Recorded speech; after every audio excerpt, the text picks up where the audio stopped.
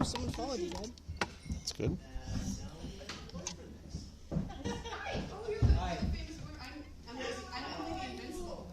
Oh, what is it?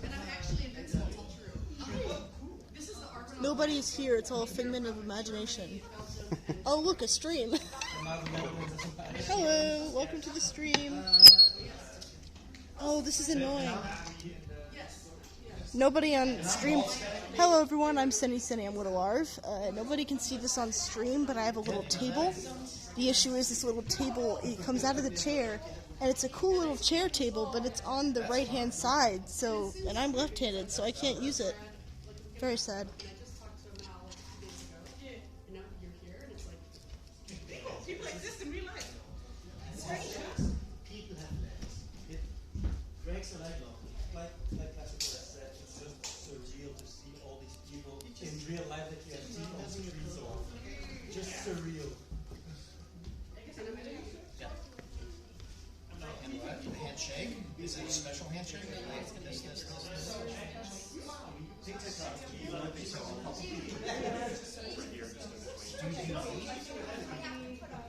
How many times? Just this? Hi, Uncle Alpha. I can do that. Should we touch thumbs? It's that. Yeah, that. There you go. Okay, let's give you the thumbs up. For more? For more.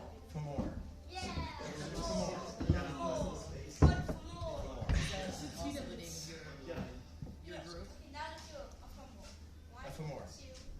Oh, like 1, 2, 3, 4, let's have a fun more. Oh, 1, 2, 3, 4, let's have a fun more. Like that. Yeah, love it. That works.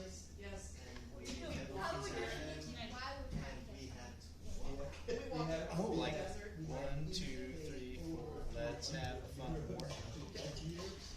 More. Did you ever do a tag team? 1, 2, 3, 4, let's have a tag team. All right. Okay, well, welcome everybody. Welcome everyone to It Really Did Happen, It Really Is True. My name is Gregory Wilson. It is my great pleasure to welcome everybody to a night at the Forbidden Library. We are here in the Omnibus Theatre in Clapham in London, United Kingdom. This was something we had been planning for quite some time. It was not always clear to me that we'd be able to make it happen, but we have been able to make it happen. And we have brought together the veteran play group known as By the Dice Roll to play for all of you both here in person and online. Hello Twitch, welcome. As everyone is watching hopefully online as well. I do want to ask as we are watching all of this is, as I say, bythediceroll.com, so if you're interested you can check that out. If you want to know more about what we do, I would ask you to watch as we perform a couple of times per month on GogCom's Twitch channel, which is twitch.tv/GogCom. And we play as part at the moment of the Ghosts of Saltmarsh campaign. But for tonight, we are doing something a little bit different for them, but not different for those of you who may have seen aspects of this before. This adventure was originally run for the Gen Con Writers Symposium, which some people in here know something about. And that was some years ago, and we have since had it published in a book called Tales and Tomes in the Forbidden Library. So, a couple of quick thank yous. First of all, I want to thank the Omnibus Theatre for hosting us here, so thank you so much to the Omnibus Theatre. Secondly, I want to thank Tari Tunes, who is here in person, who is also selling stuff, by the way, out in the lobby, so at intermission, please go and get Tari's stuff. We have artwork that Tari has produced, which is always amazing, and I keep saying amazing, and she told me not to do that, but whatever, it's amazing. And Tari is also responsible, and this is why I'm pointing out, for all of these awesome name tags that you see in front of us. So this is directly from the artistic power of Tari. So thank you to Tari Tunes. I also want to thank my own daughter, Senavine, who's over in the corner, who will be manning the Twitch stream tonight. And I also want to thank a member of Wholesome Horror Gaming, one of our players tonight's community, Ash, who is doing a separate recording of this. We have one recording that's going live to Twitch, and another one with 5 separate cameras that's actually going to be the thing you will see on YouTube later on. So thank you to Ash for doing that and for spending the time. And also a special thanks to both Mike, Wholesome Heart Gaming, and to Ananda for having set this up. lastly, of course, thank you to all of you folks for coming here and being here. It is very special to us to have you all here with us. So, with all that said, it is my great pleasure to introduce the players. And the first one that I want to introduce to you is known both to the Twitch community and to us. The name of his character is Sartain, but his name is Darksaber 2K. Please welcome Darksaber, who I think is coming through the door any moment, if I'm correct, I believe, because they said they could hear me. I see the door opening. That's a good sign. Welcome, welcome. Okay, second up on the list. Yes. Second up on the list, we have Sniv is the character, but you would know this person best on Twitch anyway as Pyron Jade. Please welcome Pyron Jade.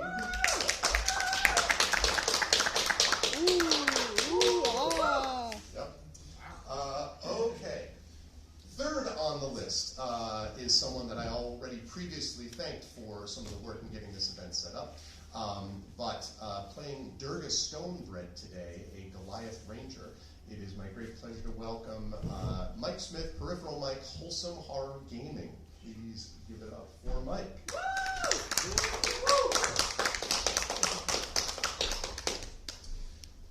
Next, we have another person that I want to thank a lot, who is a very much local, very close to this place, actually, who's one of the people that actually found the venue in the first place for us.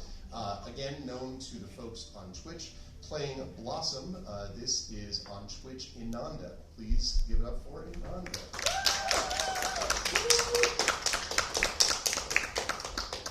Last but certainly not least, tonight it is my great pleasure to welcome the other person standing up here at the moment from the North America continent, and that is all the way from Canada, and playing today, because I knew that I would get this right, Garaxaros, I want to make sure I got that right, Garaxaros, from Canada on Twitch, known as Fleos. Please give it up for him.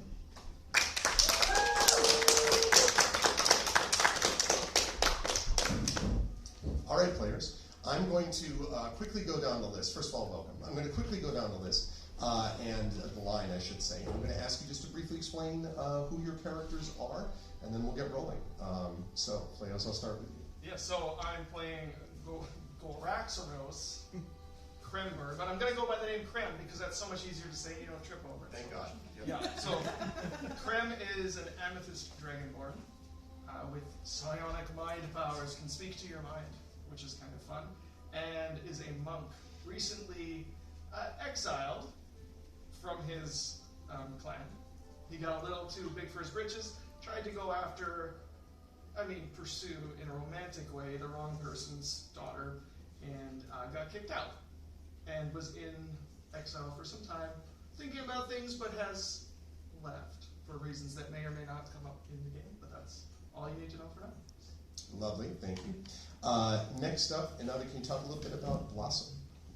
Hello, I'm Amanda. I'm going to be playing Blossom today. Blossom is a wood elf druid, bit of a hippie, likes to take her time and assess before just taking her time. And that's me. Awesome. Thank you, Inanda. Right in the middle of the table, it is my great pleasure to have Mike Smith here. So, Mike, can you tell us a little bit about Durga Stonebread? Absolutely. So my name is Mike Smith, also known as Wholesome Horror Gaming, and today I'm playing Durgar Stonebread, who's from North. He's a great big Goliath Ranger, and in this school he's been held back a few years because he's not very good with magic, but he has a proclivity for ranging and is currently helping out with the groundskeeper of this place. Outstanding. There's no connection at all to any other character you might have heard of that does things similar to this. Always a pleasure to have Mike with us. Moving right along. The mysterious figure in full-out regalia, Pyron, if that is truly you, could you tell us a little bit about Sniv, please? Hello, I'm Pyron Jade. You don't really find me on Twitch unless I'm doing amazing stuff with some of the great people here. And tonight I'm going to be Sniff. Sniff is a kobold, not a dragonborn, but a kobold, but also kind of dragons, very much so. Sniff is about being a magical kobold, but for some reason she was not good at being a shaman or any other kind of magical kobold. But she is sure going to be the first and best kobold wizard there ever was. And so she is going to the Magic University now. Good stuff. And if I have to take the mask off, it's because it's pressing a lot of my nose, so I'm very sorry. No, you must wear it now. That's awesome. Thank you, Pi. And last but certainly not least, can you talk to us a little bit, Saber? Yes, I know. I was like, I'm going to spell it wrong, pronounce it wrong. Can you tell us a little bit, Saber, about Sartane, please? Certainly. I'm Sartane. I'm a 140-year-old tiefling paladin pledged to Helm. I'm training to join the Order of the Watchers. However, that's been placed on hold following a few incidents of overzealousness. Overzealousness is it's a good theme, actually, I think, for what we're going to talk about tonight. I want all of you, both on and offline, to imagine that you are transported with me and the players now to a place of magic that is known as Hearthglow Academy. This is the greatest place for the training of adventurers in the known world. It has existed for many hundreds of years, and over that time it has created heroes and the occasional person who went off to the side and had to be dealt with by the other heroes, but we don't talk about them. We talk about the heroes that came from this place, training in both magical and martial arts of all types and facilities. And the 5 people that you see before you today, these 5 prodigious students, have run afoul of the assistant head of school of this place. Now, I should explain very briefly that there is a little bit of an interactive component to this, and that is that there will periodically be moments throughout this during which I may give you all a cue. Like, for example, if I were to say something like the name Vernon Richard, that would be a good cue for you to probably hiss and boo lustily, or at least sort of mutter angrily under your breath. Because Vernon Richard, just making sure. Vernon Richard, and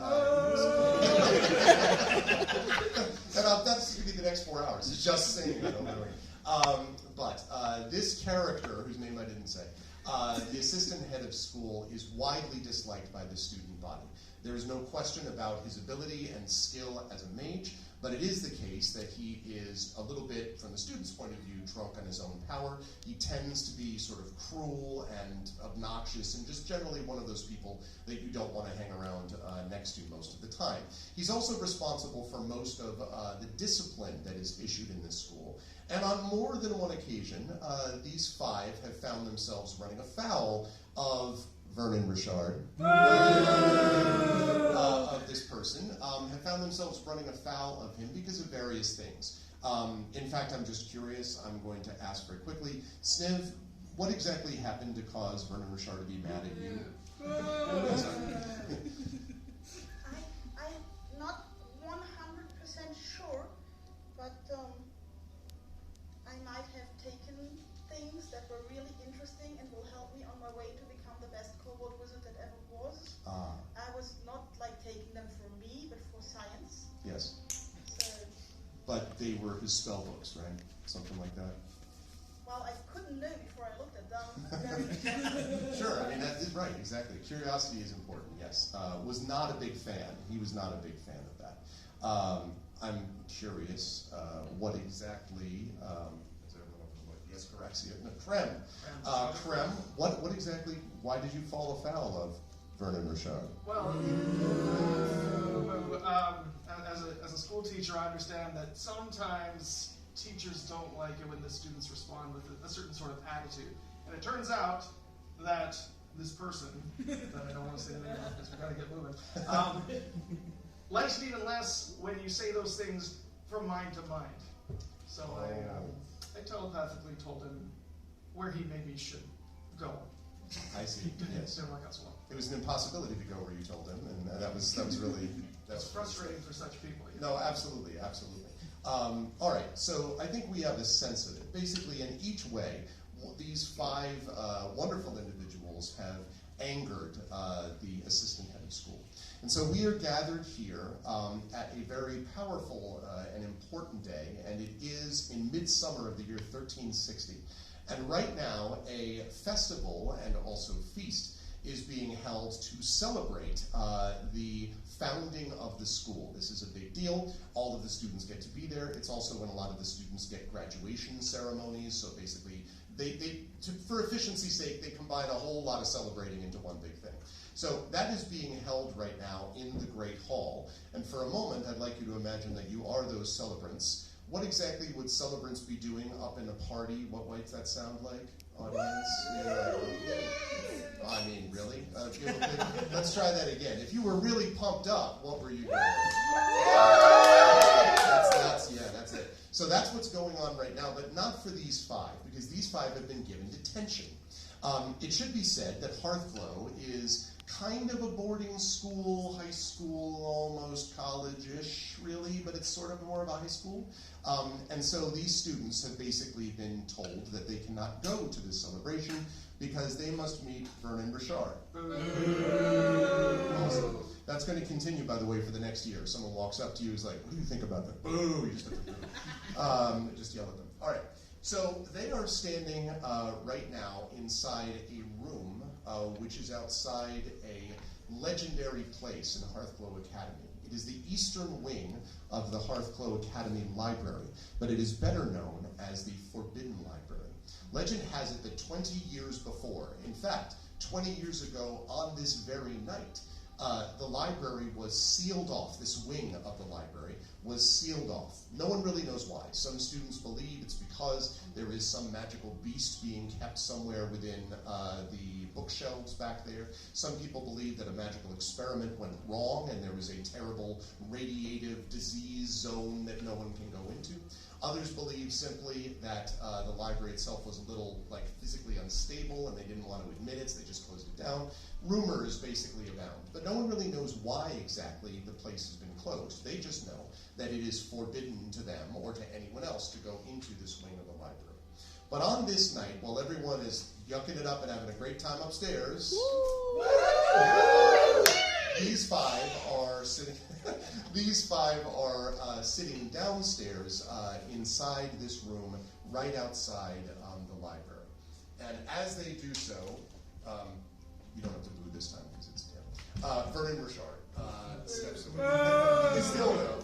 Vernon Richard stands and looks at all of you and says, "Well, it's about time that all five of you have decided to come together in one place to listen for more than a few seconds.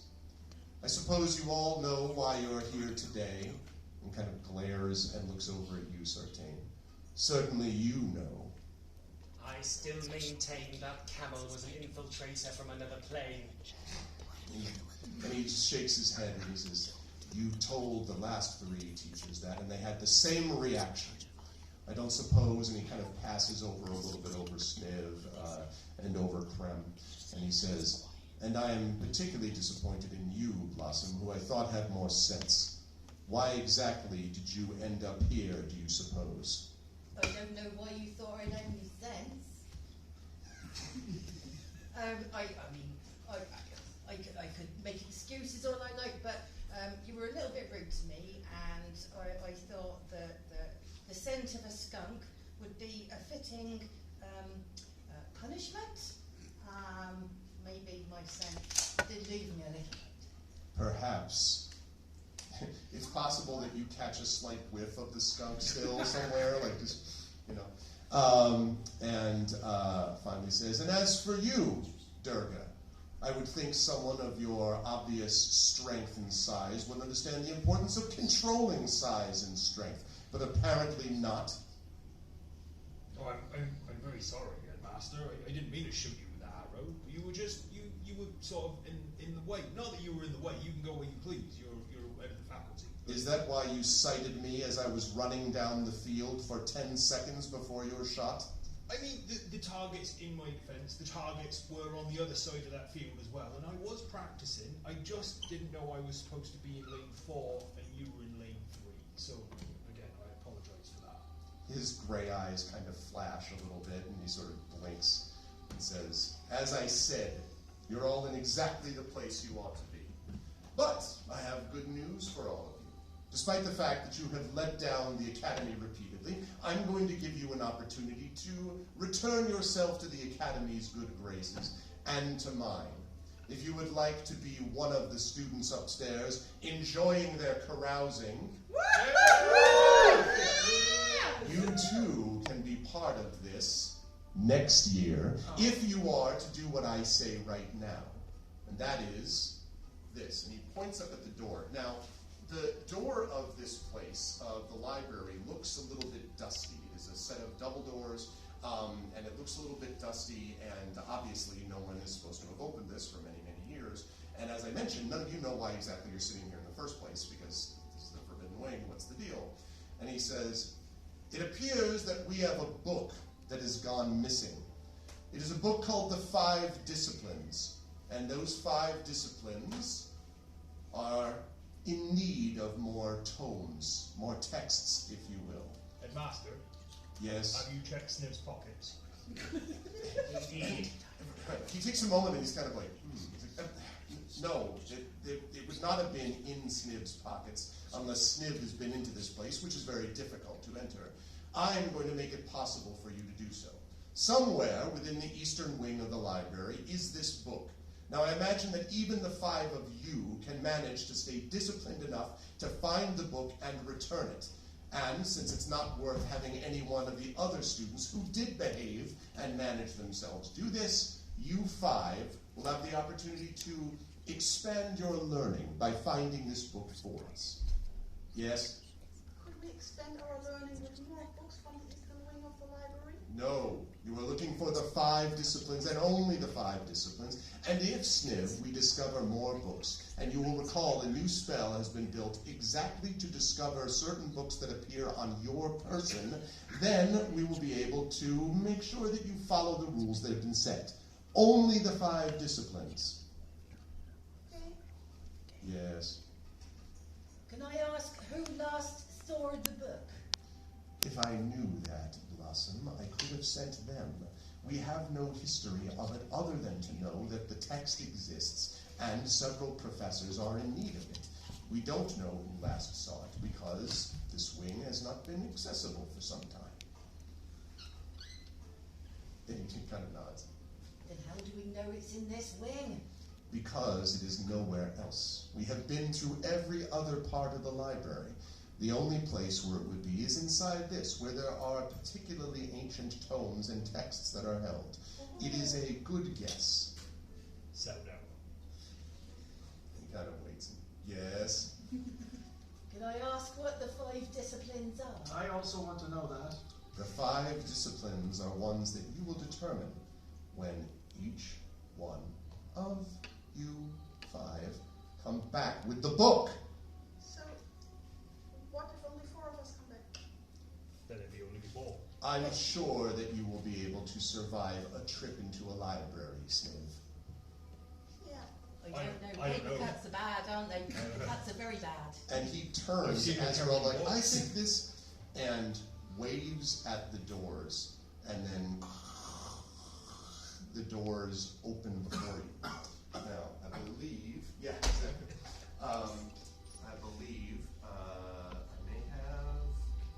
might have a picture of this. Nobody look at anything. No one saw anything. We can't see anything. Yes, I know.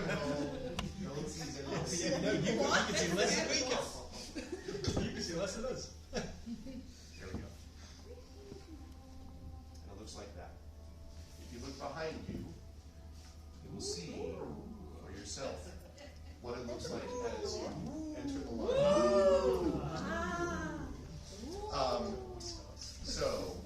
As these doors open, and Richard looks at all of you and then says, now, be off, make sure that you go quickly and efficiently, and make sure that when you return, it is with only that single book.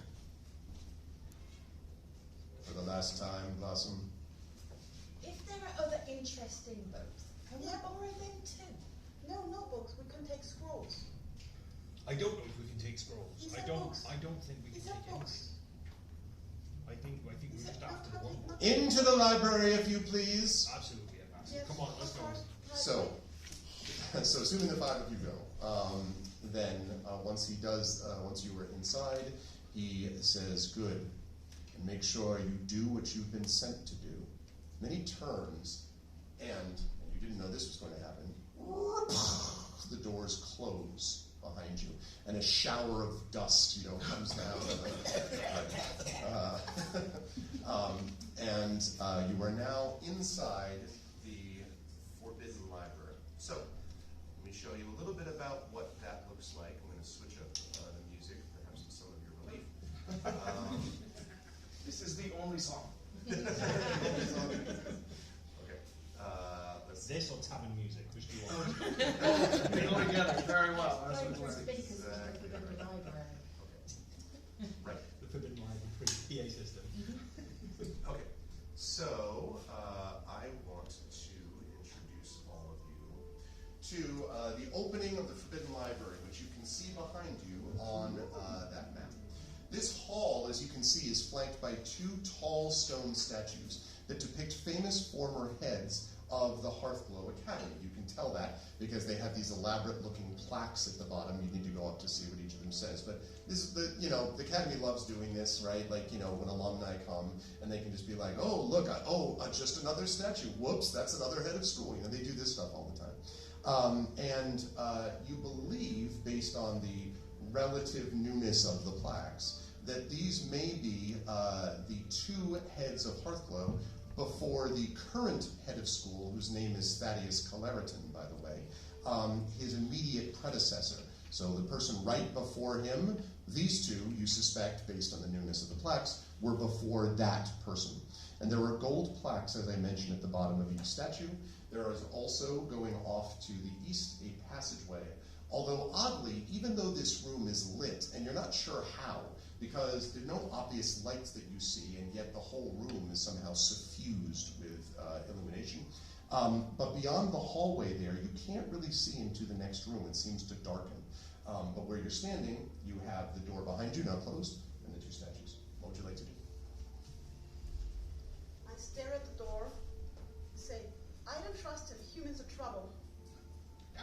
No, he's one of our head faculty members. He's a trustworthy man. He's a great wizard. We can trust him. I've never seen him do any magic. Well, he's a great man. Have you seen his robes? He's a very great man. I've seen Snip's robes. Well, that's because Snip's a great kobold. I don't think he's a great man. He trod on my garden and made a big footprint. That's pretty rude. It's very that's rude. very slightly rude. I'm sure maybe he was running away from an errant arrow or something. I'm not sure. I think he was trying to get away from the skunk smell, to be fair. But That's fair enough. I've seen them skunks. I got attached to those, Anyway, where's this book? Right, shall we go have a look in this passageway? The sooner we get this done, the sooner we can get to the feast next year. Next year. We're all good students. I don't think we deserve this besmirching. We're clear our name. We're going to find the book. I'd like to have a look around the corridor that we're in to see if anything. Anything in particular, like at the statues or at the corridor, or like what do you, or the... I'd like to have a look at the plaques on the statues, Okay. and then have a look in the corridor. I'm assuming we're surrounded by books. No, actually, here there's not. It's just marble on the floors and kind of marble on the walls as well, pretty much, but no books here. Just the 2 statues and then the passageway extending to the east ahead of you. Which statue were you going to, north or south? North. Okay. When you go to the northern one, it reads Coletta Solarish, and it says 1334 to 1340. That's what it says on the northern statue. Oh my goodness, she was only here for 6 years. That doesn't seem like a very long time. Maybe she was shot by an arrow. That's way before my time. I don't know if it was before the groundskeeper's time, though. He hasn't got a very good aim. Well, can I have a look at the southern statue? Sure. When you look at the southern statue, as you're getting close to it, Blossom, you can see that it reads Aurencia Silverleaf, 1320 to 1334. But as you get close to it, suddenly the plaque blurs, And in all capital letters across the plaque, you see the word beware. And suddenly, both that statue and the northern one, right, southern one, or northern one, because you went north first, the northern one and the southern one point down at all of you. And on both plaques, you now see the word beware. I'm not Demons. Alarm? I am being aware, but I don't know what I'm supposed to be aware about. It's pointing at us. Maybe we have to be aware of each other. Maybe. I don't know. You're all seem all right. I don't like being pointed at, though. No, especially not by magic statues. No. Yeah, that's not. I scurry along the corridor to get away from being pointed at. I would also like to head east, away from the accusing points. Yeah. So as you start to move away, also one note to the players, make sure to speak into your mics for Oh, the yeah, better sorry. quality back there. And you don't have to consume the mic, just get closer. As you move away, the hands slowly return, and the statues go back to the way they were, and the plaques, the beware vanishes on both plaques. Friendly. I'm gonna dance slightly to the left and slightly to the right to see if the point follows me. You don't know. It's not. In fact, they don't move after you have left the area. Okay, so you're heading east, you said. Right. All right. Well, as you are heading east, Beware is not a good warning. That could be more specific. it's true. It's the problem these days. No one gives any Yeah. specific Are we warnings. threatened or the threat? Okay. So, if the party looks behind it, if you all, the players, I should say, you'll be able to see what the rest of you see. So, this area, as you enter it, is divided into 3 concentric circular sections. There is a silver tree which dominates the central area. And you can see that there is a passageway, or an opening, I should say, to the north. There's one to the south, and then there's one to the east as well. Again, that same experience of it sort of is darkened past those places for some reason, so you can't really see clearly. But you can see very clearly to that silver tree in the middle of that room. Do we know what this tree is? Do we recognize it at all, or is I would like from you, Krem, to give me a history check. history check? All Let's right, find out. Pull out the dice for the first time. Should have done that before we started. Pull out the dice. So there's 20. Wonderful. So history. So we have +1. Oh, an 8. How's that for history? You've seen trees before, Krem, and this unquestionably, there's branches, there are leaves. I mean, obviously a Have tree. you seen this tree? There's a I tree. might have. I've got proficiency in nature, so you never know. Well, I'm a wood elf, so I'd like to think No, I do. I rolled a 6. You're like, are you sure it's a tree? Because I don't. We don't. I haven't ever seen a silver tree thinking about it. Maybe it's not a tree. Is it Blossom? Are you looking as well? I'm definitely looking, yes. Okay, so go ahead and make a history check for me. I will give you, as a druid, I will give you advantage on this check. Ooh, good job I've got 2 a sweet that way. History, I have +2, so 14. 14 or, because advantage. So. I got 5 on the other one. Oh, never mind. Five. Yeah, the 14 I think is enough. When you look at this tree, you're kind of like, I think, and then you remember that obviously as a druid yourself, you have spent quite a bit of time researching the history of trees. And you remember that the reason that Aurencia Silverleaf is so beloved as a historical former head of school was the fact that she was the one who did so much to increase the gardens of Hearthglow Academy, and in particular, this tree. You believe that Aurencia Silverleaf planted this silver tree some 25 years before now, and it has grown to astonishing height. And in fact, you're not at the base of it yet, but from where you look, you can't even see the top of it. Like it's just out of the room basically. You need to walk up to see how high up it goes, but it is incredibly tall, which is awfully fast for 25 years for a tree to get that tall. That quickly. I'm going to relay this to the others. Oh my god, I think that this is one of the trees that Aurencia planted herself. Isn't it beautiful? I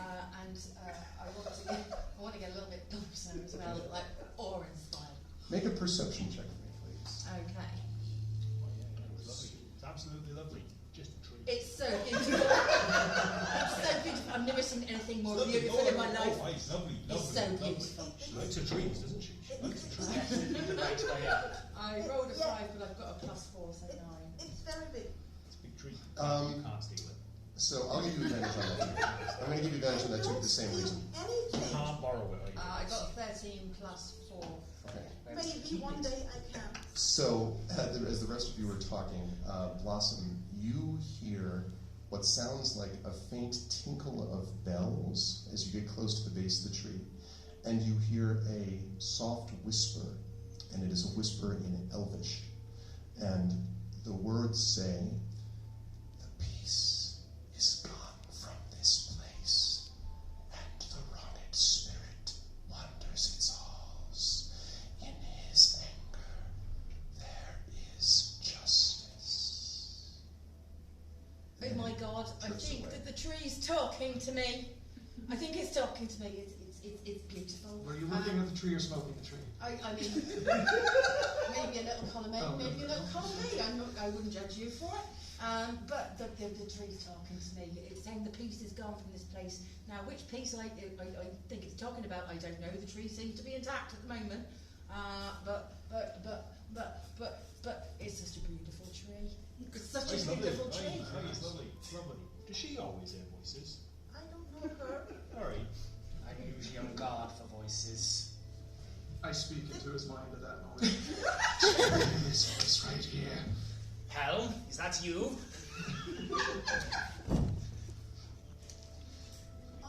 Could I hear the tree voice as well? Do you want to walk up to the base of it? Yes. Okay. Go ahead and make a perception check. Can I use your... Go for it, yeah.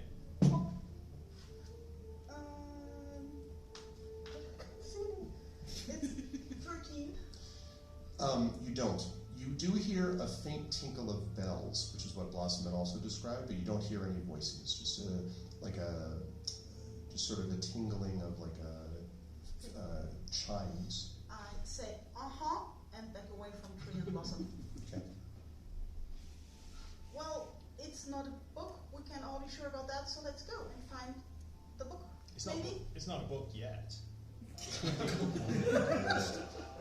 The tree destroy. No, just kidding. I'm not doing it. I haven't got the tools.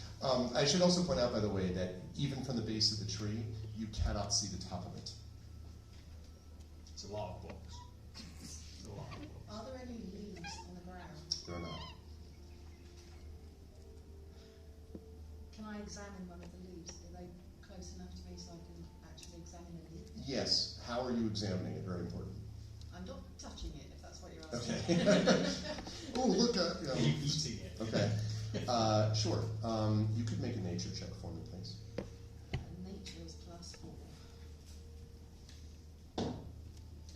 17. Couple of things that are noted. First of all, the leaf is full of vibrant life. It is not in any ways browning or ripped or anything like that.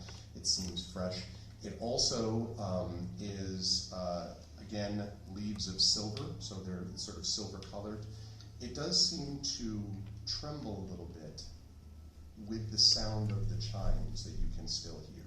So as you hear those bells, the leaf itself seems to tremble in the same way. It may be that the leaves are the sound of the bells that you're hearing. So the sound of the chimes is coming from the tree Right. rather than... Right. Okay. I'm just going to stand here for a while with my mouth open, just staring at this Okay. tree. Hours pass. What? Well, I think we should go somewhere. I think It's the a nice more tree, passage but- looks inviting. Well, We're good talking about enough for me. east. Wait, Eastern wing. will we? Eastern wing of the library. Is this not the eastern wing of the We library? are in the We're eastern in the wing. eastern wing. I'm pretty sure it's the eastern We wing. could keep going east and see if that works. I mean, more eastern could be better. That's true. Very well. We could split up and go separate directions. Split the party. When you split the party, you get more done quicker. We've got 3 directions, 2 in one, 2 in another. I'll go north or something like that. Can I stay with the tray? Yes, yeah, you can. I'm not going to hug the tree, but I'm going to kind of do an air hug. here for No, Talking no. to trees, it's a bit strange. No. Like, if she then suddenly finds the book, we're not going to get out. Alright, yeah, that's a good point. Yeah. That's a good point. So then we can't go. North? Then we can't go to the feast next year. Next year. Next year. I can make us some food. I got rations and a pot and a fire. We're not allowed to eat in the library. You're not. There's a fire in the Already library in the, well, we'll pick a non-booky bit. But a slightly less flammable area. There's a non-booky bit here. There's a big tree. No. I'm not setting fire to the tree. Do No, I'm not light a setting fire next to that tree. I'm not lighting a fire next to the tree. All I'm saying is, if we needed some kindling, it's very Don't easy. you dare. Find it So we go safe. east. So it's south then. We're deciding. Can you please not eat the tree? I'm not eating the tree. Why would I eat the tree? What's Uh, that? No. Blossom, when Durga says kindling, the bells seem to hesitate for a moment. Like the leaves stop trembling for a moment. Can I take my panpipe out and play along with the tingling tune Sure. in the tree? How about a performance check? I am very proficient at pan flute, by the way. Performance +1. Very. I got a crit fail. So, How does that sound? It's, yeah, exactly. How does it sound? It sounds awful. Yeah, like I think the idea is that it probably starts out sounding like. I was going for the jazz version. Yeah, at some point it just breaks into a. I was playing against the notes. I The just dirtiest jazz panpipe ever. The bells have no reaction to it. Your companions may have more of a reaction to it. dancing around the base of the tree. Very worried about this one. I'm very worried about her. I think it's very nice. Thank you very much. Between breaths. I make some screeching cobalt noises. Look, it sounds really good. It echoes alarmingly through the library. Like nice music. I'm still dancing around the tree. So Zoltane's moving north at this So, point. so Blossom continues to dance. I Grim follow you Falls to North. Eastern. You're busy dancing to the vampires, The so library. So, first of all, there's a passageway, as you can see. But then also,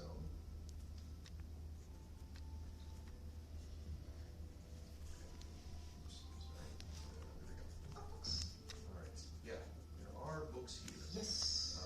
So let me move everybody. Although Blossom, if you feel like you're being, if you feel like you're ready for your close-up, Mr. DeMille, and you are not in a state, you could stay down by the tree if you wish. Do you want to do that, Blossom? Like for a while, or are you eventually going to head up? I'm going to keep circling the tree until I see them disappearing off in the distance when I get to that part of the tree again, and then kind of Right. like I'm obviously trying to make a decision whether I stay with the tree or follow the others. Logic. Eventually, following the others will win, but it's a very difficult. It's a reluctant, no, for sure. Okay, so when you get up to this room, which all of you in the audience, and hopefully on the stream, and hopefully in the room can see, this room, as opposed to the others, is somewhat dimly lit. You can still see it, and there are exits to the east and west. And the thing that I want to note is that there are many, even more than shown in the map here, books, stacks of books, shelves of books, like pyramids of books, like high-stakes Jenga games of books. There are so many books in this place that it is very precarious to be able to walk through it without knocking over unless you're super careful. So there are a lot of books here. There are, as you see, exits to the east and west, but also a lot of books. Okay. Let's check the titles. I check the bottom shelf. I'll check the middle shelf. I'll check the high shelves then. Okay. Now, question. When you say check, how are you doing this? You're like, let's go and check out the, how are you? Yeah. Okay. Going down the line, 5, 5, 5, 5. Okay. Let's see. I would like dexterity checks from all five of you, please. Wonderful. My first ever physical dice roll, by the way. Yay! 16. Okay. Good. And it was dexterity, so So 17. 10. Okay, so we had, so let me go to the line. 17? Yeah, 20. okay. 9. Come back to you. 10. Yep, 23. 23. Okay. I think everything is fine, although Blossom is a little bit uncomfortably inside. However, so here's the thing, Durga. As you were going, about Goliaths. yeah. So Goliaths are not well known for fitting into spaces, and so that's part of it. Okay, right. There's a request for Sniv and Blossom to be a little closer to the mics for chat. Thank you. As you get close to one and you're like, okay, everyone's got this. And they're like, I think I found it. You're like, what did you say? You knock over one stack of books and and so a number of books sort of fall in that general area and there's kind of a loud noise and a bit of dust. And then as you're looking at it, you're pretty sure, Durga, that you see one of the books move. In fact, you think you see several of the books move. You see a number of them. I don't think that's normal. That book's flapping its 4 of them lift off from the ground and swoop to the attack. Roll initiative. Never really the end of this. I've shown this off before, but I'll point out that for the purposes of this, I am using the dice that I got from the red box in 1985 with the original white crayon still marking it. So we'll see if any of it still works. Okay. All right. Durga, what do I have from you? That's an excellent question, thank you. 13. Okay. Let's see. Sartain. 7. 7. Okay. Blossom. I rolled a crit fail. Oh, no. Well. But I have a +1. This is going into dice jail. Sniv, what about you? 20. 20. All right. Sniv is ready. And let's see. Clem. Krem, sorry. Big person. I 10. 10. 10. Right. So. Also, sorry, this music is not going to do. It's far too contemplative. We need instead combat music, which I happen to have a good deal of here somewhere. Like, for example, I know. I'm hoping that I have that right here. Let's see if I do. Yeah, I do. There we go. Combat music often used with the Salt Marsh folks, and of course for our intro. All right. Let's see. And that. Okay. First act is Sniv. So you can see the. Now they're not huge books. They're probably about this size, but they are clearly diving to the attack. Oh no. This hasn't happened before, and so I take out my quarterstaff and try to hit the next book close to me to keep it at a distance. Okay, I think that's don't want to destroy the book if possible. Just bring it down, break its spine. I was going to say, like, we're not trying for non-lethal damage on this book, are we? We're just, you want to avoid the paper cut, right? Okay. So go ahead and make your melee attack roll with your quarterstaff against this deadly book. Critical fail. Okay. I'm very hesitant hitting the book. I'm starting to understand why we use digital dice now. So you kind of swing, and literally this one is like, swing wildly through it. Unfortunate. I should ask, now I'm not going to be managing on the battle map too much, but there's a little bit of theater of the mind. However, there are a lot of other books in the area, so the question is, do you want to run out of the room, duck behind a pile of books, just back up a few steps, where do you want to be? I want to hide behind Durga. Okay. The person to hide behind is Durga. Okay, logical. Durga, you're aware now that suddenly a kobold is hiding behind you. Just in case somebody Don't step backwards. Kobolds are actually small size, so. Convenient, because Durga is up next. Durga, what would you like to do? So Durga has a what would be considered a quarterstaff to a normal person, but he's a Goliath, so it's actually a great club. So bucket of quarterstaff. Yeah, yes. it's like painted in rainbow colours all the way up it, so he's got it right next to him. and he's just going to try and smash it down on the book that's coming towards him. Outstanding. Let's see that attack. That's a 7. Probably distracted by the fact that a kobold's yeah, exactly. And the thing again flies above you. Very agile, these book creatures. Same question to you, Durgar. Are you going to move anywhere other than perhaps hiding behind Sniv, which would be a little bit? No, I'm staying where I am. Okay. All right. Let's see. Next to act is Krem. The books did not roll very well. Krem. Is there a book kind of in my general area? Yes. Yes. You think it's living-ish.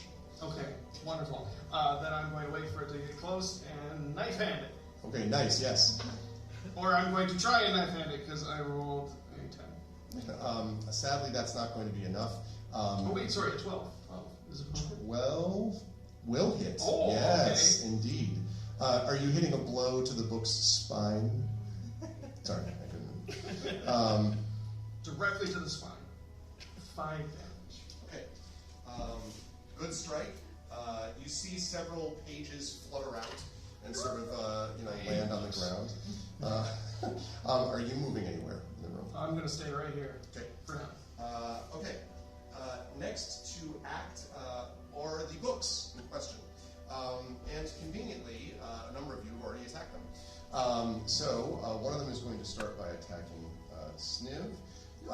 Let's see. And as you come by 15, does that hit you? Yes. It's as it comes close, you can see one of its pages, and it goes, whoosh, and it's just a paper cut, like just the and then some lemon juice from the roof. No, just kidding. Okay, let's see. So that is going to do 3 points of damage to you, Sniv. Sniv looks really bad now. Okay. One is going to attack Durga. I don't know shocked about with these dice. Mine are working fine. This is an 18 to hit, Durga. Yes, that is. Okay. Let's see. That is only going to be 3 points of damage to you as well, Durga. We get one that's going to attack the monk, which hit it.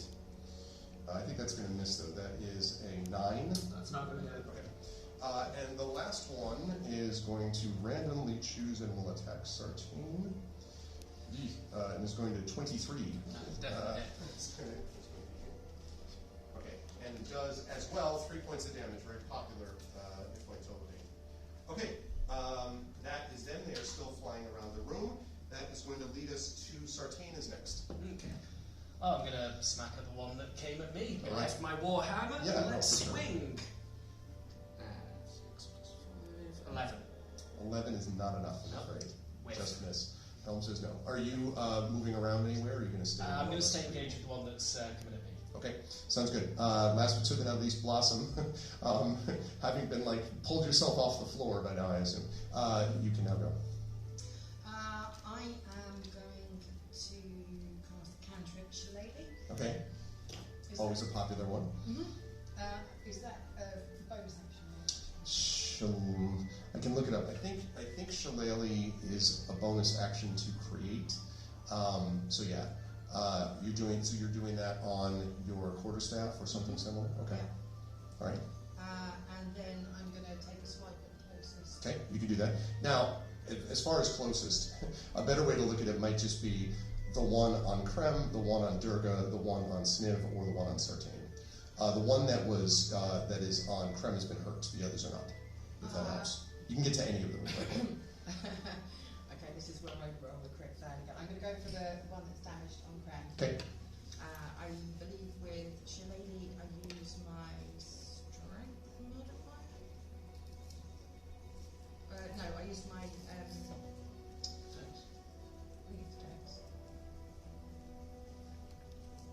I should have looked all of this up before we started. I do apologise. Is it right page bottom right? It's the same as the page for crime. Beg your pardon? Bottom right. Show the bottom. So it's +4. Yeah, +1. That sounds good. Excellent. I'm not using the cursed dice. You'll be pleased to know. That's +4, so 10. 10 is not enough, I'm sorry to say. Fortunately, your swipe misses. So, next round begins. The creatures are still swooping around. Sniv, you have felt the cut of paper, and it is not a feeling you like. What would you like to do? I squeak and scream and fire a ray of frost to that book. Okay. I need you to make a ranged spell attack, I believe, is the Ray of Frost. Yes, I've got it here. I think. 14. 14 will hit? Yep. Okay. Sorry, the one that was aiming at you, obviously, right? Yes, the one that hurt me. I figured. I don't have the... Does anybody by chance have the damage of the Ray of Frost here? Just for some reason. 5, 1, 4 plus something. Not off the top of my head, no. No? I can look it up in a note. I'm sorry. For some reason my notes are gone. That's the problem here. I had it all noted down because I was very well prepared. Do you by chance have it? 1d8 cold damage. Oh, and okay. speed. 1d8. So 1d8 and speed. paper is working better. It's more than I thought. Better than the internet. 1d8. Okay. It's a 4. Okay. All right. Okay. So, and you can see the pages kind of crackle as the frost hits it. Okay. Good stuff. I'm going to assume you did that like ducking out behind Durga and then back behind. Okay. Yes. Durga, you're up next. Dear, that's what you were doing back there. No. Yep, well, fair enough. Can't argue with that, I suppose. He's going to attack the book that Sniv just damaged. Okay. That's a miss. I rolled 3. Unfortunately, a miss. It's just rust. It's just getting, that's all. Back dice. Okay, I'm going to assume, unless I'm told differently, that you're staying where you are, Durga. So that brings us to Krem. All right, Krem's going to try and get a roundhouse kick to the spine. Outstanding. Of the book. Well. I think 15. Yep, 15. definitely. All right, so max damage for my monk, 8 damage. Wow. Okay. Pages just go flying everywhere. This thing is like, looks very damaged. This is an extremely damaged book. Needs rebinding. Good work, Krem. Very close. Okay, that means that one is going to get a chance to act. Actually, all of them are, as it is their turn. First one will attempt to attack you, Krem, but I think is going to miss again with a 12. Yeah. 12 was a miss. Okay. We have the one that's going to be on you, Sartain, which is 17. Take it on the shield. Miss. It's a miss. Good. Okay, the one that is going at Durga is going to get an 11. Not a great round for these creatures. And finally, the one that's trying to dart and get you. Now, I'm going to give it a negative to try to hit you because you have a big Goliath in front of you. And that's good because it it sort of and just slams off your shoulder and does nothing. Okay, not a great round for the books. Okay, Sartain, you're up next. To the hells with you, you unnatural novel. 22. That's a hit. Just accused it of being a scarlet letter or something. 5 points of damage. Okay, 5 points of damage to the one that you had previously missed, right? Yes. I believe. Okay. All right. Good, solid hit. Good stuff. And then last but certainly not least, Blossom. Okay. Question. Sure. I have Entangle as a first level spell. Is that just targeting one of the books, or is it targeting the whole area? Entangle will be targeting one of them, but I'm going to let you know it's going to be hard to get an entangle off on a flying creature like this. It's more likely to affect something that's grounded or on the ground. Then I will skip that idea and go with continue with my shillelagh. Okay.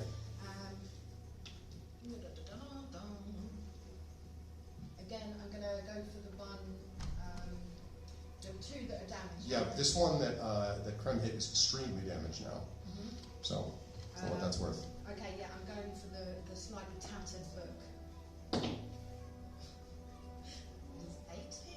Does 8 hit? 8 does not hit. I'm sorry to say that is a miss.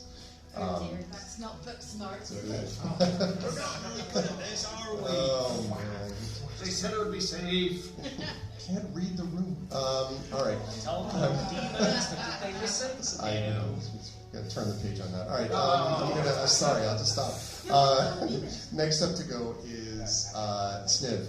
Sniv, you were up next as we get to the top of the round. A couple of one really badly hurt, and another one. I think there's 3 hurt now, 1 very badly. Yeah, I'm going to give another ray of frost on the one that hurt me. Okay. 23. Yeah. And 2 points of damage. All right. Also seems to slow a bit. Okay. Durga, you're up. What are the books looking like? 1 very damaged, 1 sort of medium damaged, been hit a couple times by frost, 1 moderately, and 1 fresh. Okay, I'll go for the very damaged one. Okay. With my great club. Okay. And I'll roll 10. That is not enough, I'm sorry to say. Just miss. You had to worry about hitting, Yeah. Kobold behind you, I'm a big dude. Krem in the front of you, here you are. Yeah, no, I get it.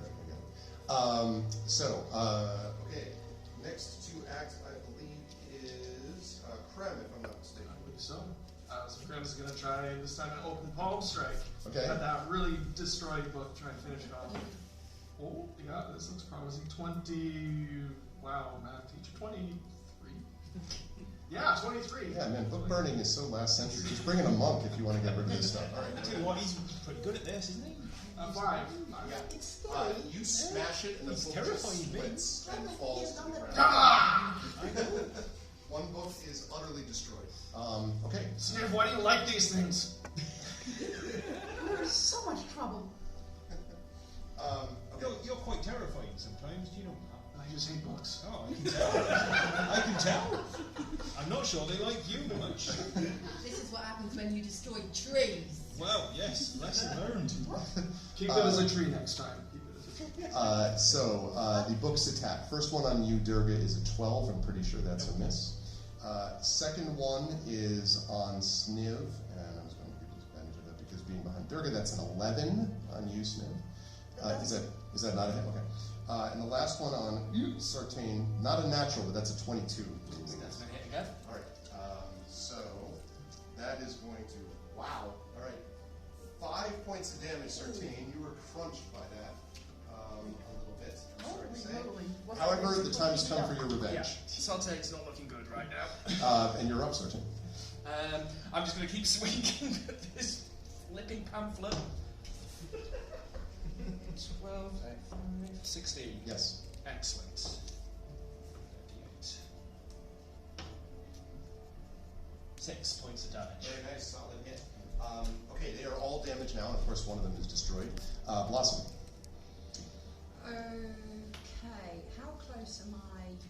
If I could absolutely remember their name. How close am I to Sartain? Probably 10 feet. You could get there pretty easily. They're all within a pretty close proximity. Okay, and Sartain's looking pretty hurt right now, am I correct? You tell me Sartain, but I believe so. Pretty bad, yeah. Those wounds are quite deep. Okay, I'm gonna kind of like skip across the room. Okay. Do Do flowers fly up with every skip? Absolutely, and you, Okay. you can hear the panpipe making a slight whistle as I skip across the room. You don't want to know. She's swinging around really hard. And then I am going to cast Cure Wounds, Okay. which is using my Wisdom modifier, I believe. Yeah, it should be. Okay, so my Wisdom modifier is +2. Well, for cure wounds, you can just. I can It'll just do it. Yeah, you don't have to hit with it. Okay, what am I rolling? It's probably, I'm guessing, 2d4 plus your wisdom modifier. I believe is what that would be. No, 2d4, not 2d6. See that? I was just making sure you're paying attention. Yeah, no. You passed. Yes, that's. Whew. Prepping for that. So You get to keep your DM's license. That's right. These things are hard to get. that's 3 plus 2, so 5. Okay. Thank you. All right. Much 13, appreciated. pale and hardy. Okay. Okay. Good work there, Blossom. That brings us up to the top of the round. 3 left, looking quite hurt now. And we'll start with Sniv. Okay, I'll try another ray of frost. yay for cantrips. Okay. Oh, yeah. That is 24. Yeah, definitely.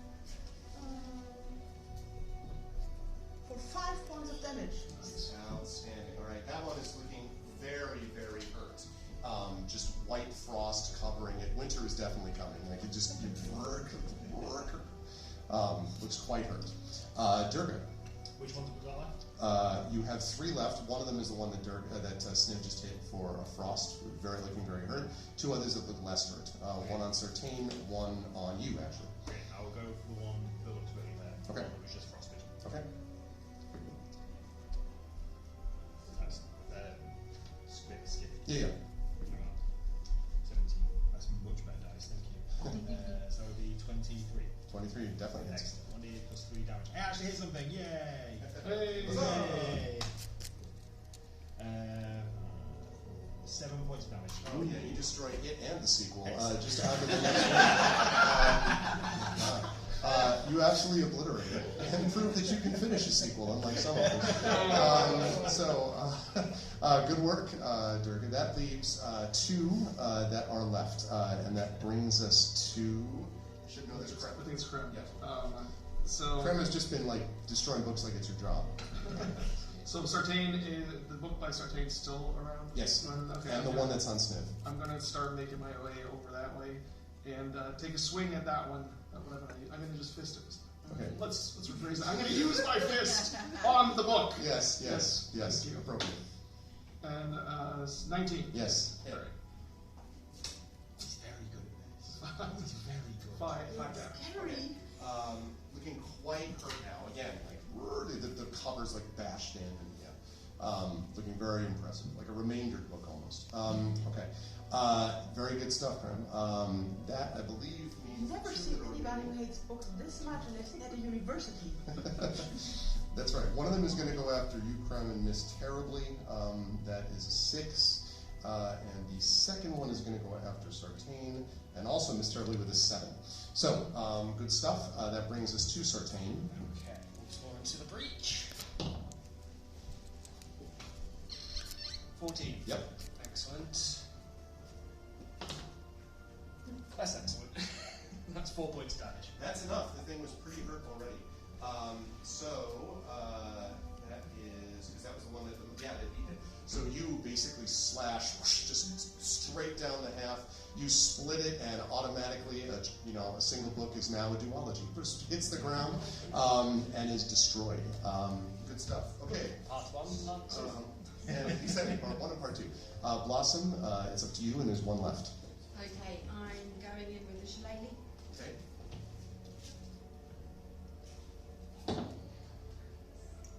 That is a nat 20.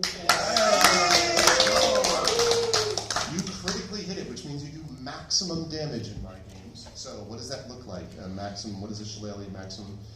Should say under the spell. Yeah. I'm going to do some fancy moves with my shillelagh, and whilst doing an overhead move, suddenly you hear the panpipes playing, and you don't know where they're coming from. And then she's going to go, okay, you bad book. And then she's just going to smack it out. Outstanding. What's the total damage on if you? 1d8 plus 2. So 10. That's fine. That's actually what you needed too. So with a pan-piped flourish, just wha-bam, and the thing just kind of hits the ground, and the books lay silent. The party is victorious. Good job, party. So I think we make a good team. You with your magic hands, and me with me stick. You're very dangerous. I'm starting to see why you were in detention. Well, He seems to have some anger issues. He hates books. I prefer lectures myself. Sometimes you've got to go the practical route rather than the book smart True. route. Sniv, you need some healing. Yes. I will lay on hands. Will you? Here we go. Bad touch. Yeah, can you I'm at 5. I lost 3. And I'll heal myself for 2 as well. So That actually worked. So It was very, very scary, but it worked. So is Sniv at 8 now? Did I understand that? Yep. Yep. Okay, and Sartain, you're at what? 11 now. Lovely, thank you. And I'm out of lay on hands for Okay. the rest. As I mentioned, you can see exits out of the east and the western side of the room. Exits are here and here. On your In right. light of recent events, maybe someone else should choose the next direction. Can I have a look at the remnants of the books that we've destroyed, just Sure. to see if I can infer anything from them at all? Let me have you make an investigation check for me, please. Investigation. 16. Where were these rolls before? Oh, yeah. She's Um, pacifist. She doesn't want to cause any damage. So you notice that the books that at first you don't think there's any pattern, but then you notice that the books themselves seem to be part of a series, and it's the History of Violence Part 1, 2, 3, and 4. See, this is why I don't like violence, because look at all this damage. Well, no, because you play the panpipes, not the violin. Well, Violence. Does my violins. I'm actually going to do the whole Take 3 points of heart damage. I took psychic damage from that. You personally. Right. I'm going to leaf through the destruction books and like, Okay. oh no, you can keep that. Thank you very much. And I'm going to kind of. A lot of old history books here, so you can see examples of things about the history of the academy from this to this. There's like lists of names, students from 1150 and things like that. Not super interesting. You could read them. It would take you many months to get through all of them. Just based on the covers of the books, nothing seems obvious here. But Can I also say, as we move through the areas, Yeah. I'm going to be on constant lookout for a card index. okay.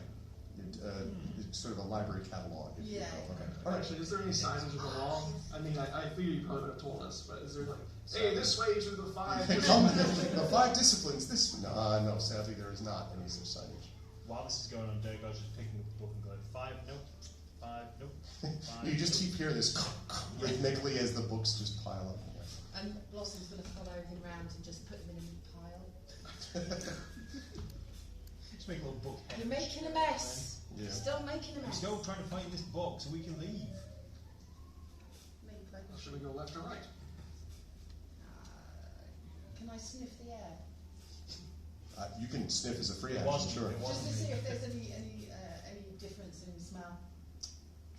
Sure.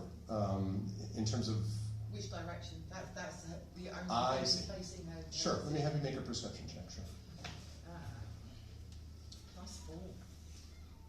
+4. 12. Not really. Musty might be the way to describe it. A little bit dusty in both directions, but you don't notice any particular difference between them, just smell-wise, between the rooms. I don't think that there is a particular direction I want to go in. I shall just follow you. East. East. I'm Let's go east. inclined to agree, go east. Okay. So, as you get to the eastern side, you notice that the door to the room is slightly ajar, so it's a little open, but it also seems to be stuck. When you push it, you think maybe you can move it, but it's like it's not opening easily. Well, I think Durga can open that door. Oh, I'd give it a good kick. Let me have you make an athletics check, please. Sweating. Absolutely.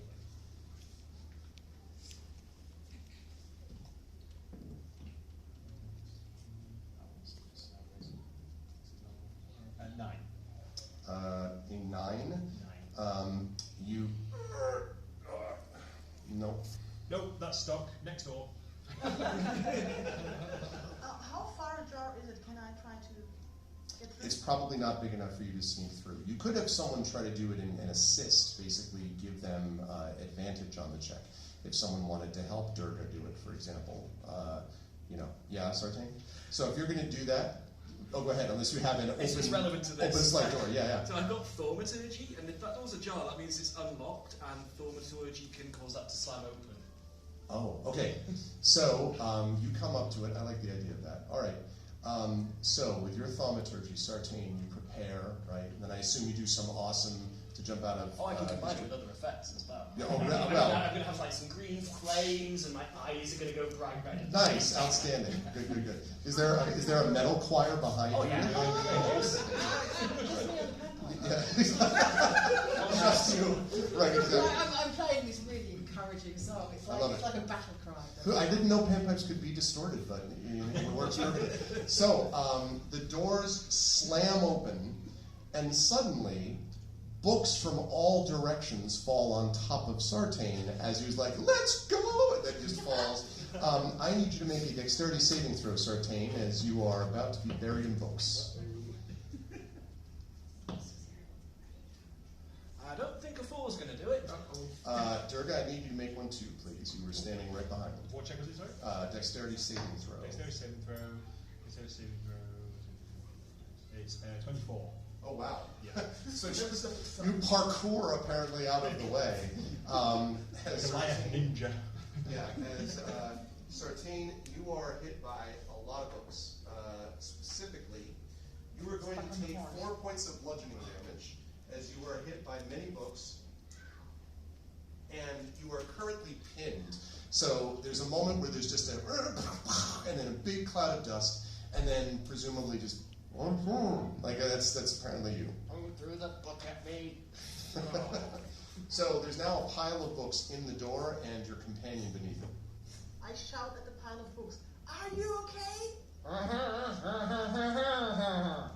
I start grabbing and kind of digging for him. Which is what I think Durga's doing too. Okay. Yeah, I'm still tidying up the books that they're throwing behind them. You're making such a mess. Like this cartoon image done. This image of these like multiple tiny piles of tiny books as we go through, like a breadcrumb trail for someone to follow. I investigate the titles while she so they throw, she puts on the step. And you check it. Yeah. I'd like you to make an investigation check for me, please, Snib. And within a few minutes, Sartain is freed from a fate worse than death, being buried under books. 16. One of the books you put on top of the pile, or that you, as Blossom does, and you're like, yes, yes, yes. And then you see one that says, Faculty Records, 1341, Part 1. And the reason that stands out is that 1341 is actually about 20 years before this date. And we talked about how this date is kind of important 20 years ago. So if you pull that book out, basically, because it's unlike all the others, like, trees, are their bark truly worse than their bite, et cetera, et cetera. Like, as you go through, one of these... There you go. The book makes reference to the library faculty, and what you take note of is that one of the first pages indicates Professor Artur Suberin, who is known for his irascible manner, his blunt honesty, but most of all for his height, almost 7 feet tall. A very tall professor. So, that is a book that stands out to you a little bit. There is, however, no 5 disciplines that you find. While everybody's still digging and putting books on pile, have anyone of you heard about Artur Suberin? Artur Suberin, anybody? I don't know. Anyone wants to can make a history check and try that out. Incidentally, the stamping is clearly coming from the great feast above, so that's...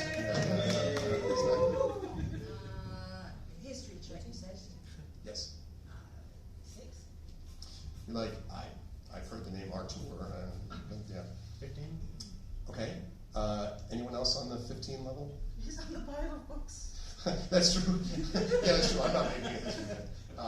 Did you... No, I got an natural 1, yeah. Oh, okay. You're like, are you sure? Is Artur even a name? So you do think you remember, Durga, something about this, and the reason is that your height has been compared to Professor Zubrin's height. Like, I haven't seen someone that tall since Professor Zubrin, 20 years, blah, blah, blah, blah, blah. So you do think you may have heard of this person before, yes? Yes, very, very tall lad he was. Yeah, he says here that he was about 7 feet tall. Yeah, not as tall as me, I'm 8, but I'm not, it's not a contest.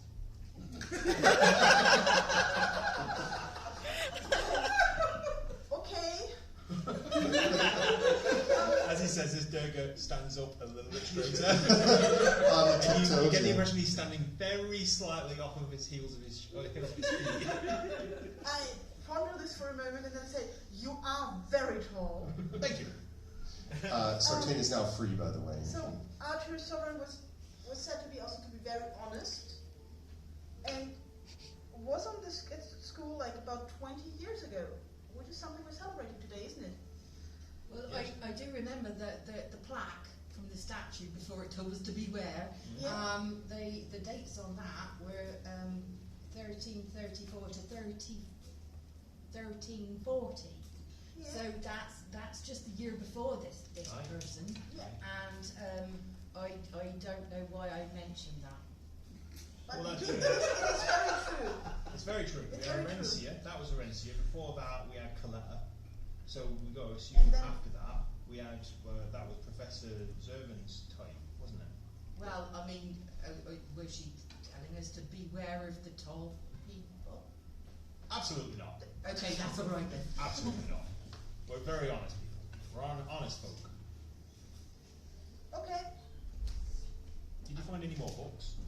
Yes, but this Did you one. find any more useful books? No. No, alright then. Shall we carry on? Yes. I'm still stacking up. Fair enough. There are no exits here, as you can see, except the one you came through. So there is an exit out to the west from the room you came from, but there's nothing outside of here. Should we check out the west room? The room that we just opened the door to, and like All the books fell? all the books fell. Yeah. Can we have a look in that room? No, I mean, most of the books in the room are on top of Sartain, or were for a while. There was a bookcase, apparently several, that had been leaning against the door, which is why it was hard to open. And when Sartain blew the books, the door open, the books were like, so you've pretty much looked at them with Sniv doing a lot of the investigation while you were stacking. So there's nothing else to You don't think so? area to check out in that room. That's fine. I'll start sniffing in the other direction. Okay. I feel like we could go back to the tree room and then go further in. Oh, I would love to go back to the tree room. Let's just see if it's another small room on the west first, I think. Okay. I'm inclined to believe with the violent one. Well, apparently we need to be protected from books, so violence He's won't going go first. first. Is there a door on the west So side? heading west. It's open, not ajar this time, and it looks very similar to the room that you were in to the east, except that the bookshelves, as you can see here, there are two of them. There are four of them total. One north-south, but then there are two in the middle, and there's a passageway between the bookshelves as well. And there's another passage out to the west, a door, really, I should say, to the west. Before going through the door, I would like to, I'm twitching my ears, trying to see if there's any movement, paper flapping, paper moving, any kind of sound at all. Perception check for me, please. Plus 4. That is 9. Okay. Not in particular. It doesn't look like anything is moving except your companions and you. It's okay, I think that we're okay. And then I... Totally safe. Totally safe, nothing wrong here. So you're all going into their room? I'm walking behind him. I've been told it's safe. I'm walking. Wherever I am, I'm behind him. All right. Wherever I am. Once all of you enter this room, like this, once you all enter the room, the eastern door that from the room that you came from closes behind you. Hey, who closed that door? So it closed behind you, and there is, again, now a closed door behind you and a closed door in front. Oh, no. I run back to the door and try to open it. It opens. Okay. I keep like my foot against the door and just keep standing here. Okay. It's open. It's fine. Somebody check the books. I'm going to pick up one of the stacks of books that I've neatly piled and I'm going to move it as a doorstop. Oh, to move it to? Okay. As you are going to pick the stack of books up, Sniv, the door slowly but inexorably closes. Your foot is, unless you want your foot to be crushed, your foot does not stop it. So when you come back, you're like, Blossom, you're like, the door is closed. And your companions are on the other side. I'm going to knock at the door. You all hear. Who is it?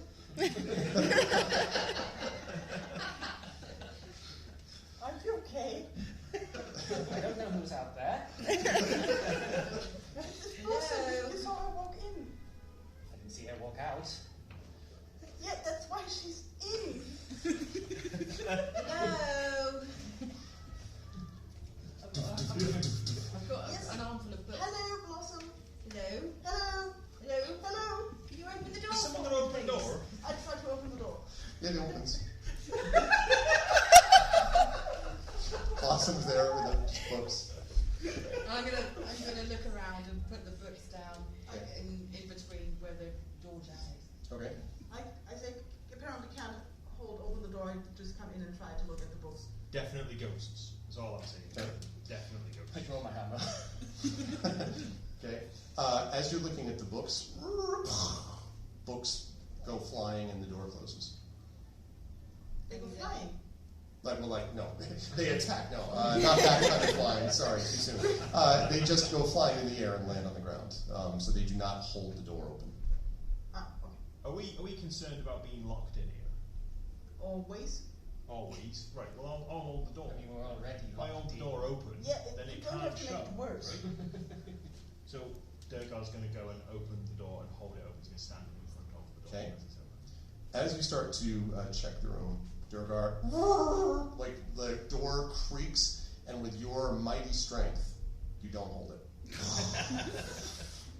It's a very strong door. Whoever made that was very good. Okay. Well, it seems to open when we want it to open, so let's... Yes, absolutely. I say we search and then leave. Search. Okay. Can I examine the door? I'm very interested in what kind of wood this is.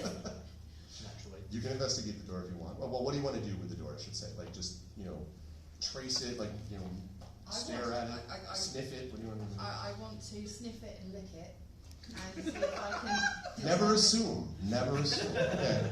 And just to see if I can determine what kind of wood... I'm not interested in what smells or anything. I just want to know what kind of wood this is. Oh, make a perception check at advantage for that. I mean, certainly you would know. It's a fascinating door. Okay, with advantage, perception... The flying book she was fine with. The door, that's what's fascinating. That is a 22. Yeah, I mean, it's a very strong birch, probably white birch, you would guess, probably from the southern region of Trafalgar. If you were to go about 100 miles north into the east, there's a small grove, and in the grove there are a lot of these trees. To the left of them, there's an old man who usually holds the tree. His name is Karena, and Karena generally takes care of these. I can go on. So, you take notes. I like that she's saying that. She's like, also. This tastes like one of Karena's trees. They're very distinctive. Do they cook a lot of trees? No. But they are very distinctive. It's the sap. Right, oh, I see. Right. I thought you didn't eat trees. I didn't eat it, I tasted it, there's a difference. All Is right. there? All right.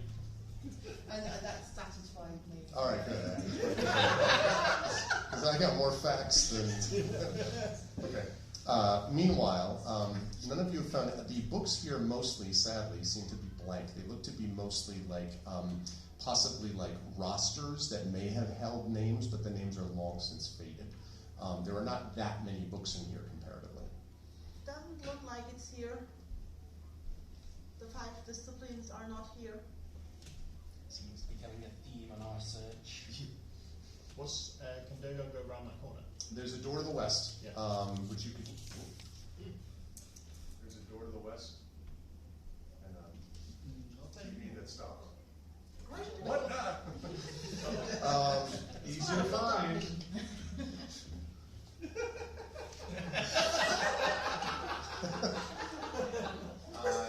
Live shows. I don't know. We're looking south.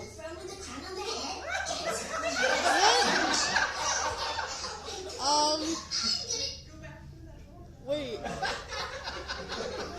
Go scrolls, yeah. interesting to do with Blossom. That is not my computer, by the way, to be clear. Thank you. I know that show. I'm very sorry. You weren't supposed to see that.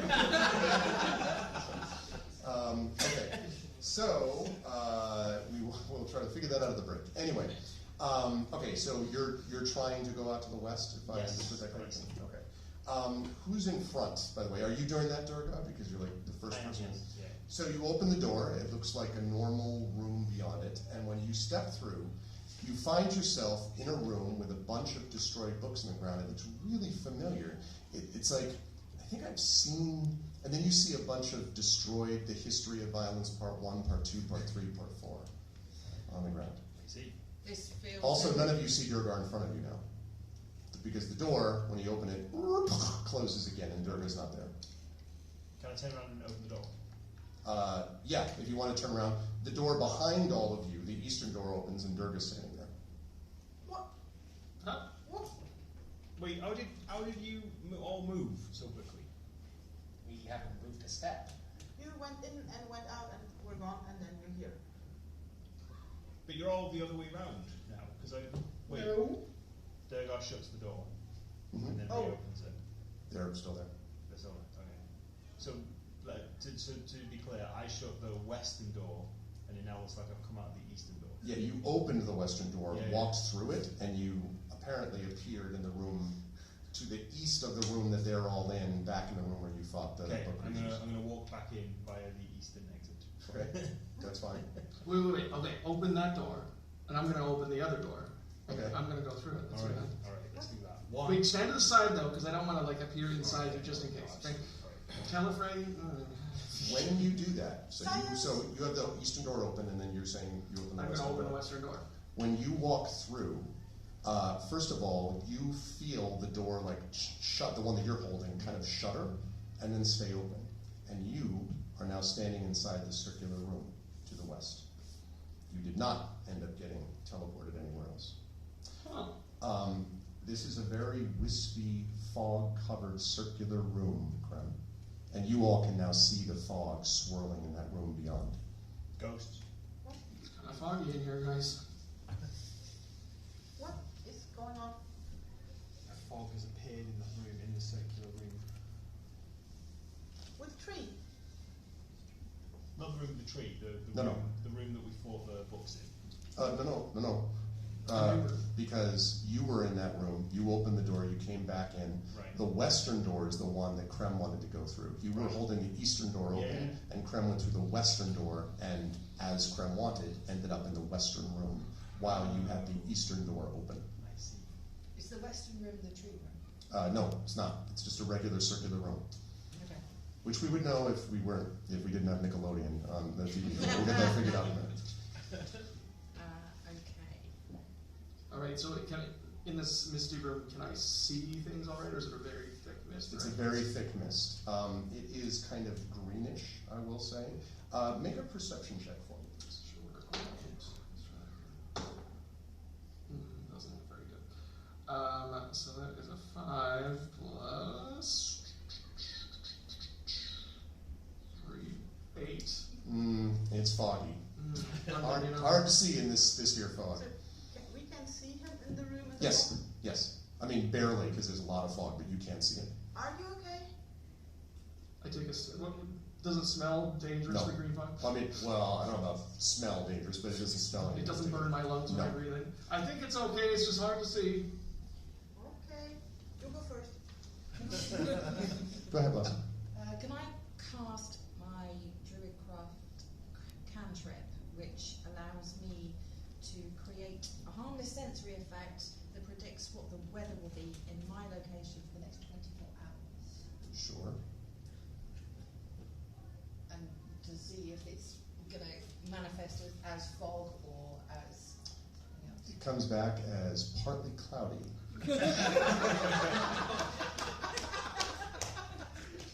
I'm glad I bought a jumper.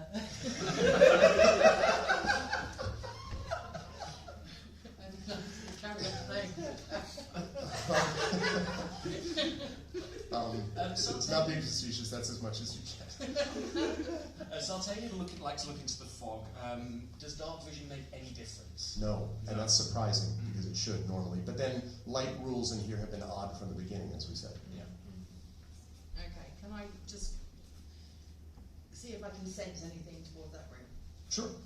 Well, specifically though, are we looking at... I'm trying to determine what the fog is. That's my... Probably, well, from the outside the room or from inside? I'm going to walk into the room. Okay. So when you go inside, I'll have you make that same perception check that I had Krem make. So perception check for me, please. Okie dokie. +4. 18. You see 4 little hovering blue, you might almost call them wear lights, just sort of hovering around the room. A little bit up, a little bit down. They're not huge, maybe about the size of my hand as I have it right now. Just hovering, 4 of them in different spots around the room. Otherwise, lots of fog and obviously crowd. And does it appear that the fog is being created by these wear lights? Not able to tell that yet. You could, well, if you were to get you could try to just get a little closer to the wear lights and see. From where you are, it's not obvious that they're like producing fog, but you're not right next to them. Okay, I'm going to turn around to the others. Oh my god, have you seen that? No.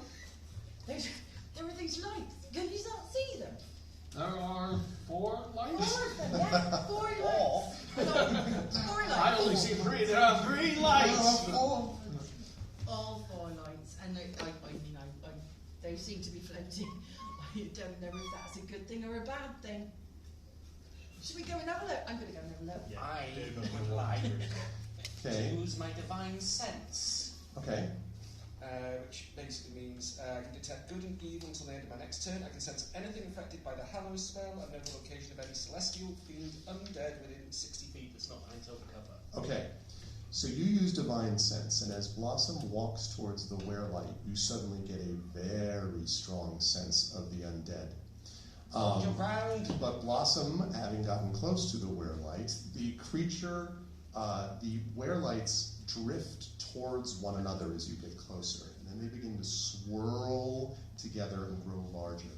And then when they are joined, suddenly this combined light of the 4 wear lights expands and grow into a towering phantasm. And I'd love to show you that picture on the TV, but at the moment, so those of you in the audience may be able to see this picture.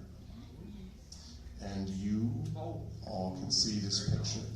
It is a enormous, tall, ghost-like figure.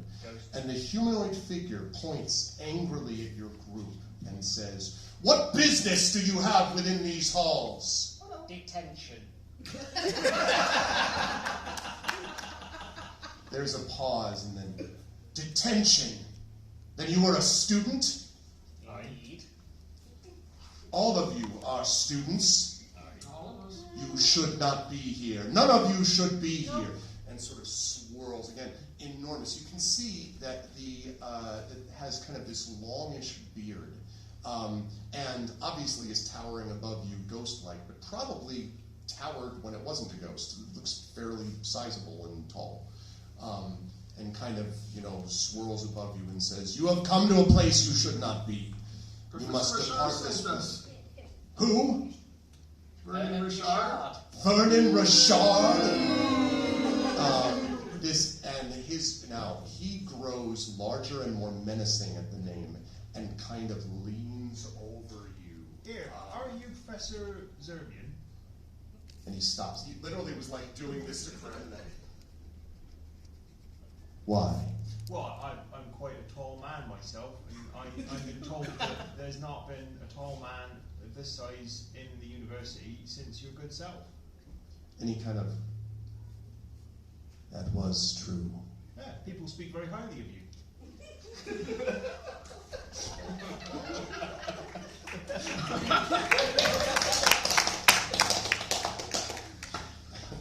Gain +6. No. He nods slowly and he says, "I was Professor Artur Suberin, but it does not explain why you have been sent here by a mere teacher. We're looking for a book. A book. It's about the 5 disciplines. Have you seen it? The 5 disciplines. Rashard sent you to get this book? He did. He said we could go to a party next year if we brought it back to him. Rashard has no authority to do any of this. Rashard is a simple teacher. I hate that guy. He claims to be an assistant head. Do you say otherwise? He's a great man. The assistant head of school? Indeed. Why? That is not... How long has it been? What year is it? It's about 1361. And you can see for a moment he almost noticeably shrinks slightly. Has it been that long? Yes. Oh. he kind of like, lowers his head and says, then, Rashard. And he kind of turns away slightly, and as he does, every time he does, there's not as much, he is now the fog, basically, but whenever he turns, there's a whoosh, and occasionally you feel little wisps of the fog from his body drift through you, and whenever it passes you, there's a terrible chill for just a moment when you feel these things. And Can I borrow that jumper? he says, he says, I was a professor like him, much greater than him, but I was He's not a very nice man. He's all right. He trod on my flower bed. He wasn't Not very tall. Not at all, very true. He had great ambition that outstripped one of his skill. 20 years ago, we were sent here, and I never left. I was right not to leave. This is somewhat my fault. You didn't leave the eastern wing of the library. No, I died here. Oh dear. Oh no. I mean, I'm very sorry. I'm going to try and pat the mist. Right. Very cold, very cold, very cold. Yeah. He says, I do not know if I should tell students this story. Yes, please. Oh, please do. We love a story. Cross-legged. Oh, we love a story. We could maybe avoid dying. It was my life's work to teach those like you. I failed in the teaching. Okay? You get another chance now. And then what happened? Teach us again. I need to know what will happen if I tell you.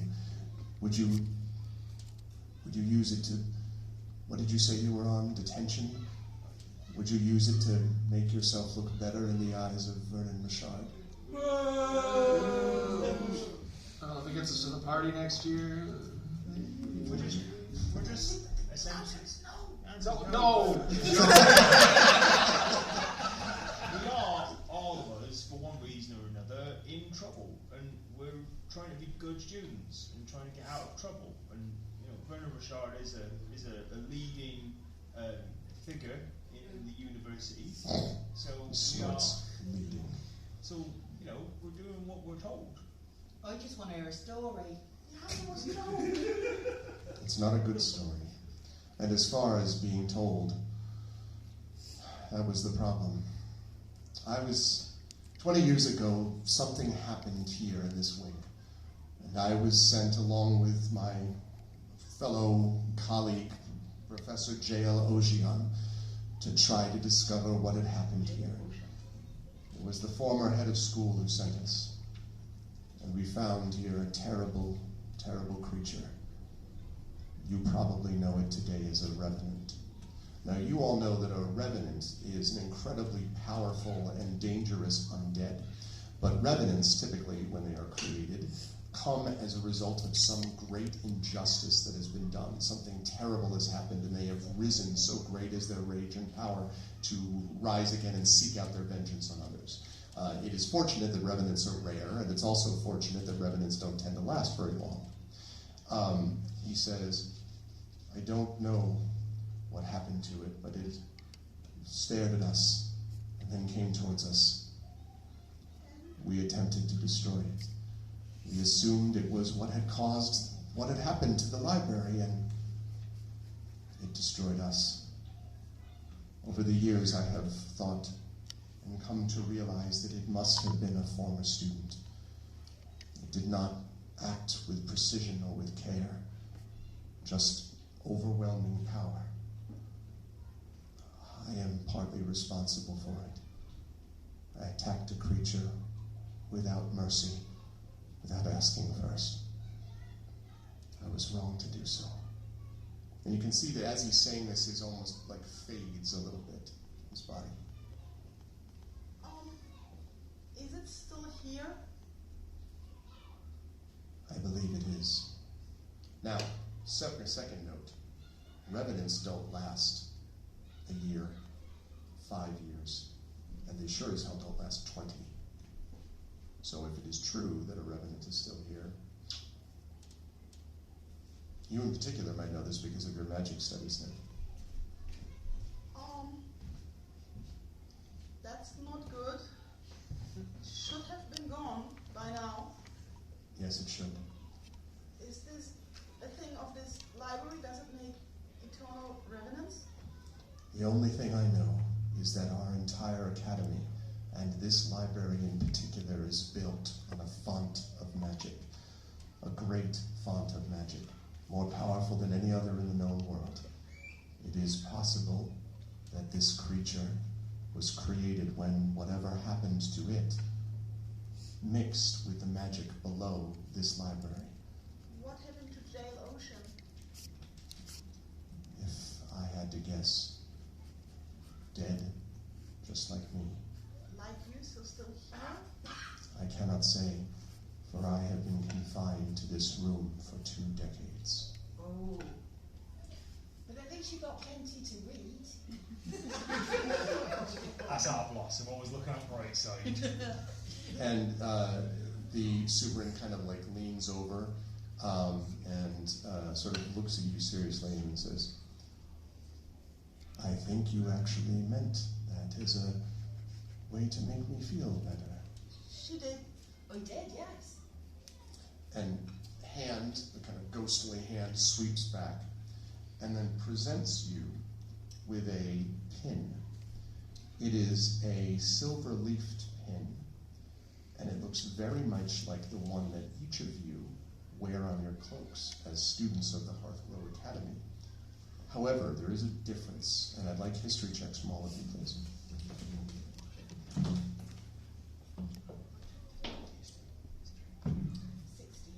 12. 5. 8. 20. Okay, so I believe Blossom and Sniv and Sartain, what was yours? 12. 12. Those 3 would know that this is an old version of the Hearthglow Academy school crest, at least 20-year-old version of the Hearthglow Academy school crest. Oh my god, it's so beautiful. It reminds me of the... Did you see the silver tree when we came in? And Superin says, the one that was planted by Orencia Silverleaf. Yes, it's so beautiful. This pen reminds me of it. Oh my god, it's so beautiful. Is it me? It is now. Oh my god, thank you so much. And I'm putting it on my dungarees. As he does, he swoops back and he says, now, do what you can. Escape this place. And do not make the mistakes that I have. And then... Oh no. And the 4 wear lights sort of again glow and move to the side of the room, which I think is a good place for her to have our intermission. You are watching Night at the Forbidden Library, and I am joined by the amazing players of By the Dice Roll. That is Darksaber 2K, Pyron Jade, Peripheral Mike, also known as Wholesome Horror Gaming, Inanda, and Flayos. We're going to take about a 10-minute break right now, during which we're going to try to get this TV off of Nickelodeon and back to D&D. There are also out in the hall books that I am selling and art that Tari Tunes is selling, including art that has been featured on my Twitch channel. That is an exclusive here. If If you want to be able to get some of that stuff and say, I was here when, now is your chance to do it. Twitch channel folks, hold tight, and the rest of you, we will see you in about 10 minutes. Thanks.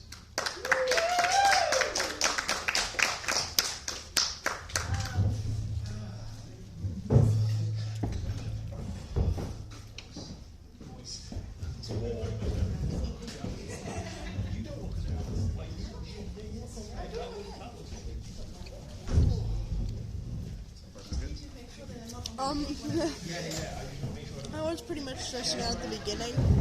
This is exactly why I'd wanted you to teach me how to use your channel. But it's working. Because of the fact that it was quiet for them, and I couldn't like do anything about it. Yeah, I know. Microphones, it's okay. We'll be able to up that. And also, maybe I'm thinking about creating a secondary channel where I become. Where I don't know if this is enough in the future. You realize you're getting picked up there, right? So what? Whatever you don't want them to hear, just make sure. In the channel. It's fine.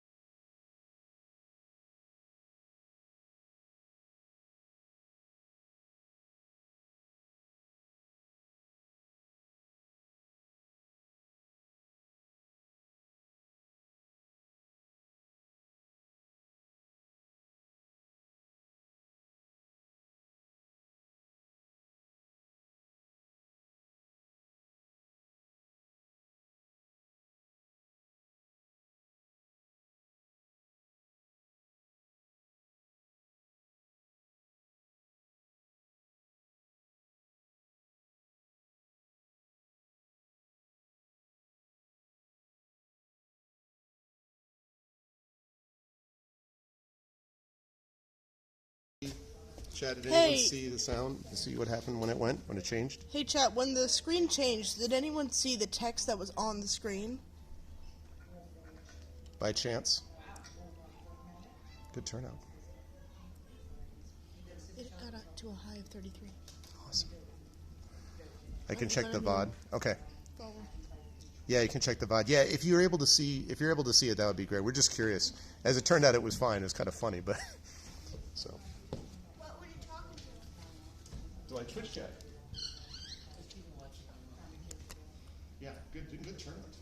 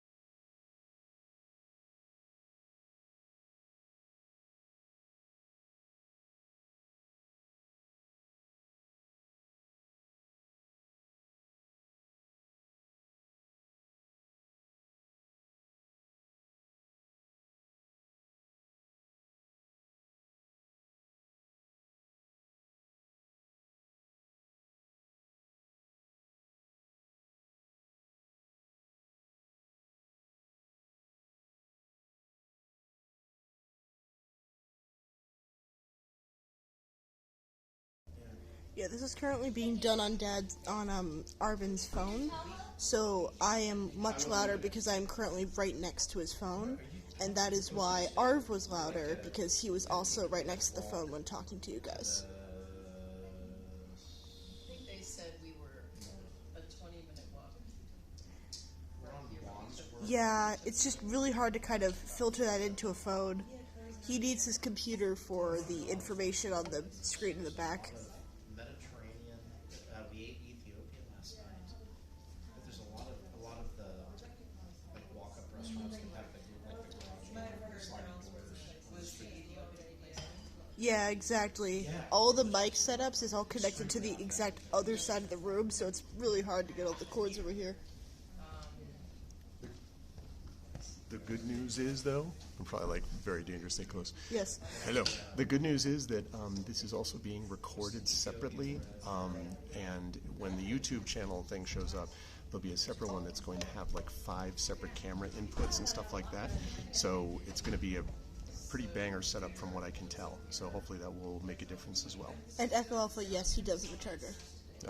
Okay, and hopefully you're still able to. Chat was able to get most of it. I hope. Yeah, it's just that they kept thinking that this was on your laptop, so they were like, they wish that this could be the mics could be put into here, so they could just hear it from the mics and not echo in the room. I understand. Yeah, there's not. I mean, there's ways to do it, but it's hard when I also have. I'm trying to use my Roll20 setup with them. So yeah, but.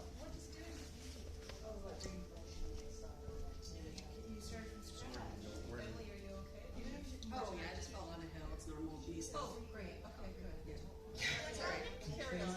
Completely slammed her knee right into the sidewalk. The ugly parts of the tear. Phyllis put the Discord, don't fall down hills. Okay. And Pastor said, right advice, wrong. Echo Alpha, yeah. Someone at WHD is getting like 5 camera shots. It's gonna be super cool. They have the full-on setup. That thing right there is a bunch of cameras. I mean, do you remember the name of the restaurant we ate at last night? I think we bought some. The Jiro was really good. It was very good. I know that. I Oh.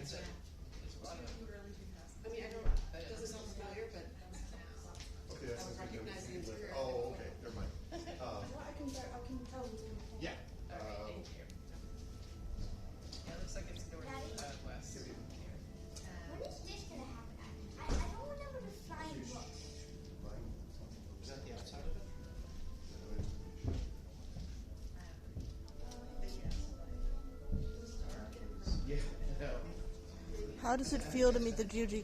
It's really cool to meet them, actually. I have no idea what any of them look like in person, so actually getting to meet them in person was pretty cool. Recently I sadly haven't been able to watch my dad's streams as much, so I haven't been able to be available as much to see what's going on in this channel, so it's really nice to see them all and catch up with them. They're all super cool.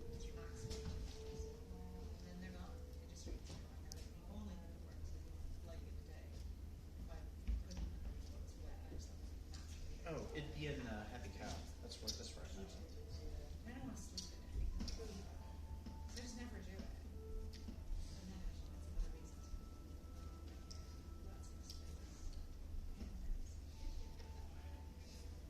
So, they're more work, but girls also have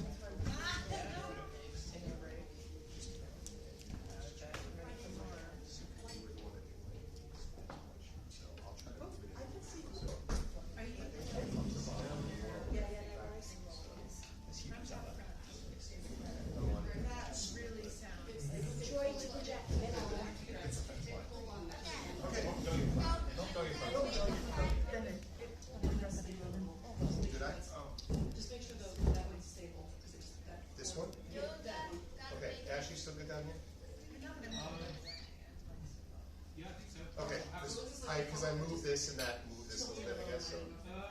No, it should be fine. Okay, thanks so much. All right. Okay, cool. All right. So, welcome back, everybody. Welcome to part 2, part 2, the Forbiddening or something of Forbidden Library. And thank you again all for being here. You've been legitimately a really, really awesome audience. So thank you. All right. When we last left our heroes, say again. The mic's working because Megan's not back. Oh, I'll have to wait then. I will go and get it. Okay, all right. I will wait. You could like ask me anything or something. That's true. Hey, I'm not going to ask you riddles. Say again. You know any riddles off? Do I know any riddles? You might get a couple. He just knows puns. Sorry. Yeah, we're good. Okay. There we go. Yeah, there's my mic. So, welcome back, everybody, to part 2 of Night at the Forbidden Library with By the Dice Roll. And if you are enjoying this, a couple things to note. First of all, please do make sure that you check out our website and our various social medias at bythediceroll.com. We will ask you at the end, but if this is something you are enjoying, first of all, you can see us virtually throughout the year. We stream at the moment over on twitch.tv/GOGcom, doing our Ghosts of Saltmarsh campaign. But also, if you enjoy what you see, there is the possibility such an event like this could happen again. So we will see. That's something we'll have to talk about. I also want to quickly mention that one of our number is not here, and that is Undeveloped Bruce, who is unable to make it. But Bruce is awesome and an amazing person, and we can't wait to have Bruce with us in person. But virtually, Bruce is amazing too, so make sure that you check that out again at bythediceroll.com. All right. So, last time, we left our heroes. They just met the ghost of Professor Artur Suberin.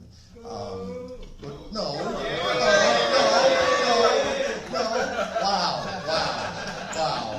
Wow. Yeah, Shaboo. Nice save. Wow. You kill a guy. This is the way professors are. I know the feeling. Anyway, so Artur Suberin, who was a good guy, apparently, and was shocked at Vernon Richard. That guy. Anyway, so the party has been given this information, and so now we'll ask the party, what would you like to do? Oh, and I can also show you the room, I should say. This is what it looked like. That is what the room looked like, but it is now absent a ghost, and there are just wear lights in the room again. Have you seen my pen? It's lovely. I It's like your new pen. Thank you very much. Very nice. It looks like that tree. It does. I love Speaking that of which, tree. do you think we've explored this bit enough? We haven't found any books here, so do you reckon we should go back to the tree and take in another direction? That sounds like an excellent idea. It does, doesn't it? The professor told us to not repeat his mistakes, but he didn't say what they were. I think his biggest mistake might have been dying. Let's not repeat that. As long as we don't die, Yeah. we'll be fine. Very astute. Okay. Alright. You know, you just stay alive in front of me. We're Yeah. gonna get there. Alright, I'll do that. Yeah. Okay. You keep doing that magic thing. Yes, I'm doing the magic thing. Excellent. We'll make a good team. Yes. Nice. Feeling better already. Let's go to the leaf tree. I want the violent one to go first, though. Yes. Me Yeah, I'll too. go first, I guess. All right, I can assume that means we're going back to the tree room. if I think so, yeah. Blossom maybe have almost to try runs Blossom. somewhere. Right, y'all. No, let's get back to the tree. Okay, it's still, Blossom, you'll be happy to know it's still there. Still in full leaf, still awesome. Okay, and now where? Well, you said east. Mm-hmm. I reckon we go east. Mm-hmm. I'm fine with going east. Durgar's going to start making his way towards the east door.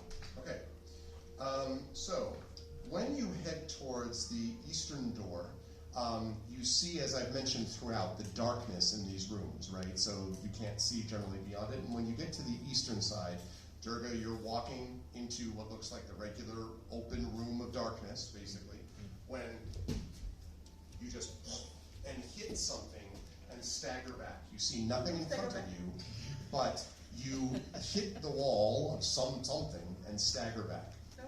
I don't quite understand what happened there. I'm going to put my hand out and see if I can touch it. And you feel this, like, as you get close to it, you feel, it almost feels like a magnet repulsing an opposite pole magnet, Cool. and pushing back. Durgar's going to take a carrot out of his pocket. Carrot. Carrot. I told you I had provisions. I can make you a lovely soup. And he's going to throw the carrot at the wall. Falls to the ground. It doesn't look like a wall, though. It No, looks like it just looks like an empty space, like a passageway that you're... Does anybody know magic? There's some magic here, and I don't think hitting it with a stick's going to help. Okay, I use my quarter step and carefully poke the wall, try to see if it goes from wall to wall. If I maybe have heard about walls like this. Well, so as you push, like, you can't push beyond the same area. Carefully. And it seems to extend all the way from the leftmost passageway wall to the rightmost passageway wall. You have definitely heard of invisible force fields and invisible magic walls and so on in your time. It's very strong. There's no question about that. Okay, have I heard about something that what keeps them going, or I could stop them from going? Many things. They can be triggered and released by many sources and ways, and sometimes you need to have the right combination of objects. It's pretty diverse. A lot of work in the invisible wall locking field in magic. Okay, it's an invisible wall. They are complicated, and I don't know how to get rid of it. Oh. To the south. Right. Blossom is just like going up to. I'm just playing my panpipes just to see if it's like. By the tree? Just skipping around the tree, Okay. and I'm having a look at the walls as I'm going, just to Okay. see if there's anything that seems a little bit off. Okay. Make a perception check for me, please. Did you leave? I hear the pen. Did we leave her at the tree? No, We're in the same room. We're all at the tree. Ah, okay. She's just close. Oh. But if we ever lose her, we'll know where to find her. Oh, yeah. Find the nearest tree. 9. She'll be there. 9. Now, you see part of it is, I mean, like, there's a lot involved. Blossom and, pan flute plus skipping, that's a lot combination of things to think about, and so you don't notice anything unusual about the walls. The rest of you get this Doppler effect of as you're going. So, yeah. Don't really notice a whole lot. Go south then. South. Fine. Um, Might heading to the south, Silver Passage. Okay. As long as this one's not locked as well. Also invisible wall and Adventures Over. No. No. When you go to the south, a couple of things to note. First of all, you'll be happy to know that there is no invisible wall here. But there is something else that's a little odd. Invisible. There are visible ones, though. There's not visible. No. That wall This I tax can or work with. The arch tax, they didn't want to pay it, so Exactly. they ordered it up. And you can't go through it. Arches are really expensive. They are. Okay, so if you go down here, I'll bring you all down to this side. Just once. Okay. There is one thing in particular that stands out in this room, and that is that in the center of this dimly lit room, you can see there are some books around and there are passageways to the east and west here. But also in the center of this dimly lit room is what is obviously a tall statue which has been draped by a sheet of old worn cloth. So you can kind of see this roughly, very tall, but humanoid form, but you obviously don't see what it is because there's a sheet over it that's standing in the middle of the room. Is there a plaque at the base? There is not, or at least if there is one, it's covered by the sheet. It's a big ghost. No, It's a big ghost. we've seen the ghost. It looked different. Sartain's is taking a javelin out of his backpack at the moment. Okay. And he would like to throw it at the statue, but he's going to give people a chance to react. I don't know if you can stab ghosts, but okay. Oh, I jump back and it fight might just be a statue. Anything will happen. Alright, you got me there. I'm going to throw a javelin. When he's But right, if he's it right. is a magic statue, it might get angry. Maybe. Yes. His eyes are covered, he's not going to know who threw it. The violent one has a point. Great. That's a very good point, Emil. Let's not do that. Durgar's not going to stand near. Okay, so everyone's backing off. I guess Snib, are you like, don't, like stopping or? No, I'm very If small. they're all stopping, I'm throwing. All right, so then make a hit roll, please. 21. Okay. So full on your javelin with furious anger and perfect precision hits the center, and you hear a metallic twink, and then it hits the ground. I believe this is safe. I He believe says, it. looking rather smug. I believe it might be metal. I like Looking at metal. an expensive looking statue. Alright, enough. Krem just walks up and grabs the bottom. I was waiting for someone Tries to to do kind of it. pull it down, if possible.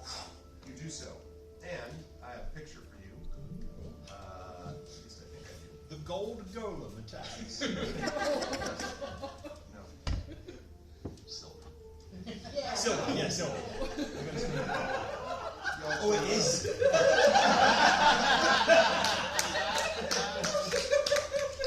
You see. It's alright, he's mostly harmless. That's great. Thank you. That's great.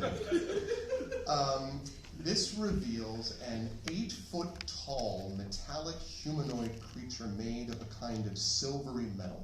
And as you can see, the creature has lost one of its arms, the statue, and it's just standing there.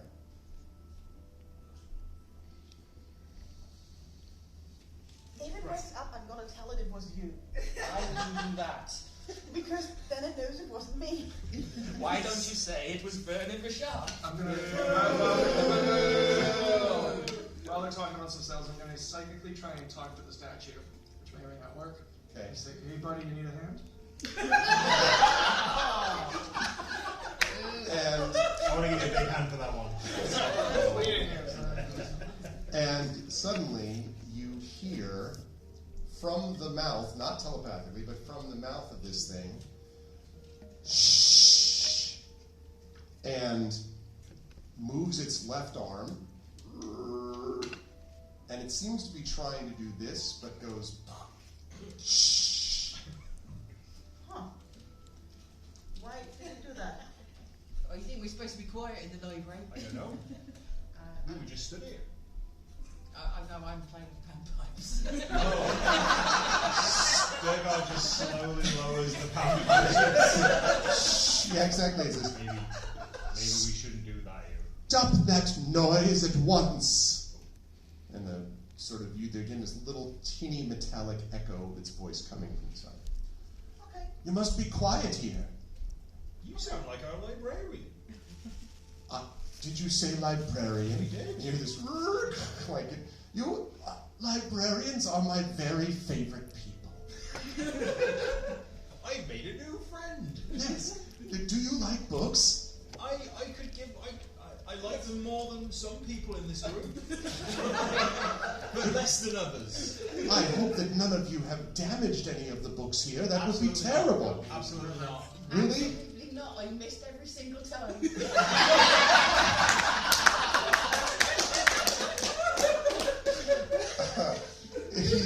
He says, you missed, so you were trying to... You're trying to... Oh, he was trying to hit the books. Hit the books. No. Why? No. And then tries to, like, you think it's trying to rub the back of its neck, but sort of is hitting its shoulder. I mean, the only moment we would actually hurt a book is if it wasn't self-defense, and that would never happen, right? Self-defense? Yeah, that doesn't happen. Against a book? Yeah, see, it doesn't happen, right? Are you afraid of knowledge? No. Depends on the knowledge. And he sort of like nods and says, terrible to think of the destruction of books. But yes, librarians, well, I am a sort of librarian myself. Oh, lovely. It's very nice to meet you. Do you like my pen?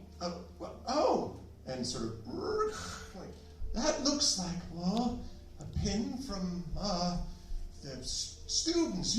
Are you a student here looking for a book?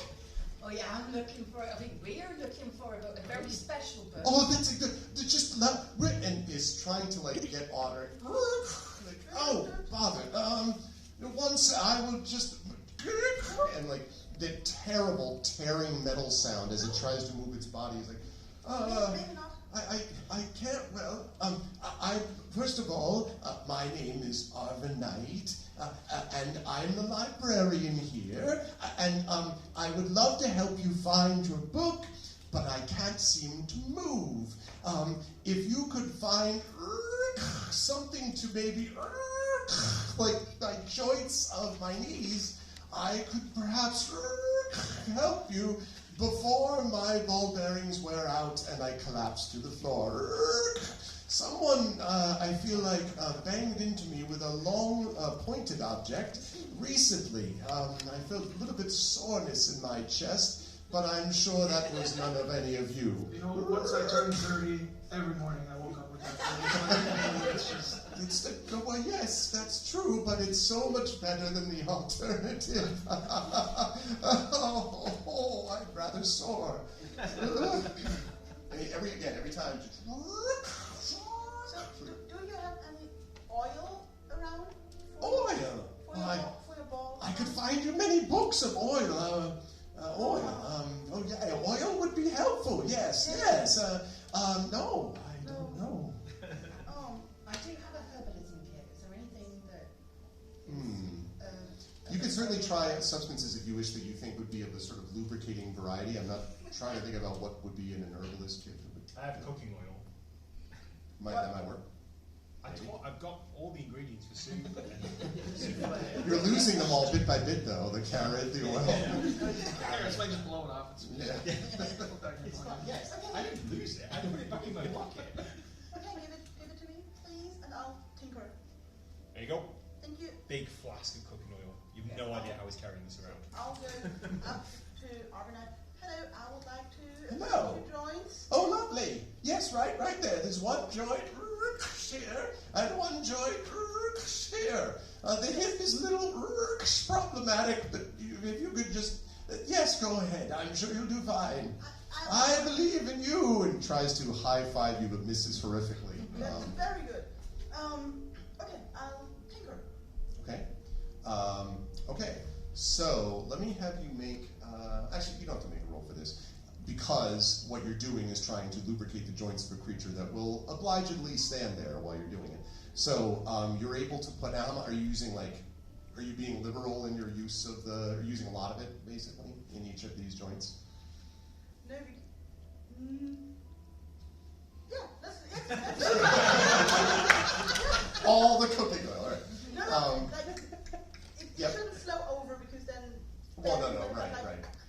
So you do this, and well, yes, that's much better. I can perhaps. Oh, don't do that. No, it's bad. No, don't jump. Don't jump because it's a bad idea. Yes. Well, thank you. Oh, why are you here again? What did you need? We're looking for a book. Oh, books! I know all about books. My name is Arbanite. It's nice to meet you. Have we met? When? Just now? Yes. Oh, right. We met now. Oh, yes. Yes. What do you need? A book? Yes. It's called The 5 Disciplines. The what? The 5 Disciplines. It looks kind of confused. The 5 disciplines of what? I don't know. That's why we're looking for the book. Well, you have to look a long time because there's no such book here. Oh, that is really sad, you know. I'm sorry. Many people write. You could write a book, call it The 5 Disciplines, and then there you are. You know what? There are empty books in one of in another room. Precisely. If you go now and write it, you should be done soon. As we all know, publishers will immediately publish it without any problem at all. And you'll have all the money you ever need.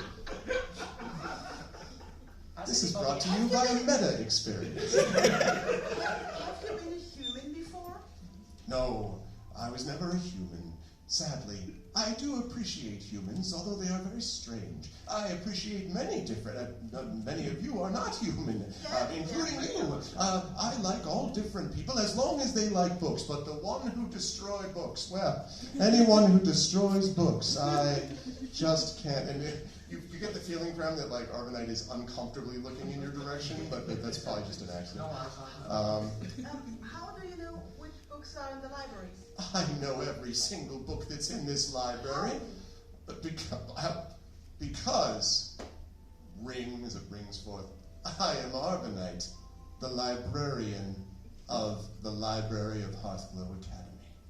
There's a dramatic moment where the wind seems to flow past him. Could somebody if I brought in a new book and put it in your library, would you know that it is there? Absolutely, and I would tell them to take it out. I don't want any of that. Well, it depends. If it's been properly vetted and perhaps if it's been published by... Oh, there are different publishers. Athos Arts is an excellent one. I would recommend that as one. That should absolutely be. Or Alligator Alley. There's a book called Tales and Tomes I've heard of. That is really... Anyway, but he makes it very clear that he can, in fact, know when new books are brought in. I look at this. Did I get the title wrong? No, it was called, Mr. Richard said it was 5 disciplines. I remember that much. Arbanite. Has there ever been a book in the library called The 5 Disciplines? Certainly not. At least not since I was constructed, which, to be clear, was at the beginning of the library's founding. In the year? 1315, I believe. Although, well, it's been through several iterations, you see. There was a temple, well, it's a long story. Anyway, but there were many books that were brought here, and then some books that were destroyed, sadly, and other books that were found again. So I know pretty much all the books that have been here for many decades. So yes, the 5 disciplines. If I may, Mr. Arbanite, sir, if somebody wanted to hide a book in this here library, is there like a forbidden section? Or a space you don't normally check, perhaps? Oh, well, I don't think so. But perhaps I could, well, follow me and let's find out. And he gets off the podium on which he's been standing. I'm going to help them off the podium. Okay. He seems pretty spry-ish, but yes, he takes that. Now he comes to this room that you see here to the east. Now, this room to the east is an absolute mountain of books. There must be thousands in here. And he comes to it and he's like, right, just a moment. And then with his one arm, comes over and his arm is a blur. You've never seen anything move this fast. And every book that he grabs, without Blossom having to stack it, stink, stink, stink, stink, stink, stink, stink, stink, stink, stink, stink. What's more, as you look at it, alphabetical. Stink, stink, stink, stink, stink, stink, stink. I'm going to accompany the motion with hands. With a lot of stink, stink, stink, stink? Yeah, okay. So, and within 5 minutes, the entire room has been stacked and organized. He says, really dreadful how disorganized. We call this creative student organization.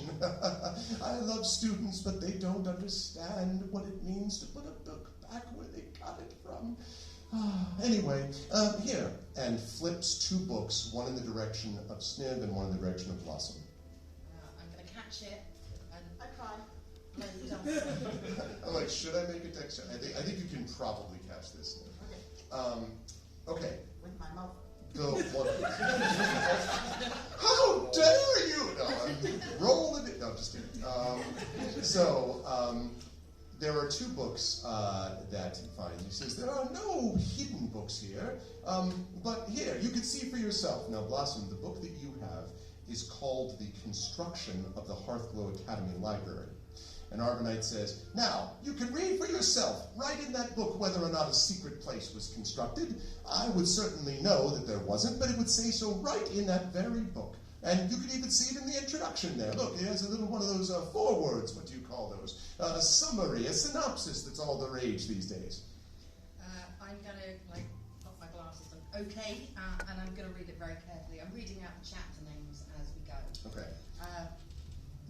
So as you do that, as you're sort of looking them through, the book seems to be referring to this font of magic that I talked about before beneath the surface of the library, and its effects on various elements within the library. So for one thing, it does mention, one of the chapters mentions the glowing blue wear-lights, that's a common feature of the library here, which often, according to the little summary that you see, animate other phenomena. So the blue wear-lights affect other things and animate those other things. And it mentions, can you neutralize the wear-lights, and how do you neutralize the wear-lights if they happen to animate something you don't want, for example. So it does that. And you don't see anything about hidden areas. In fact, there is a very powerful anti-scrying, but also an anti-magic spell cast on the wing of the library here to prevent other magical effects that are not already natural, like the font of magic I already mentioned, from taking effect. And I mention that because if you're relaying this to the party, Blossom, Sniv, that thing that you felt, the invisible wall, that sure as hell was magic. That was not like, that just sort of happened. Like, that was magic. But how, if, according to this book, you can't do magic here? And I've done magic here. Yeah. What is in my book? Your book says Faculty Records 1341, Part 2.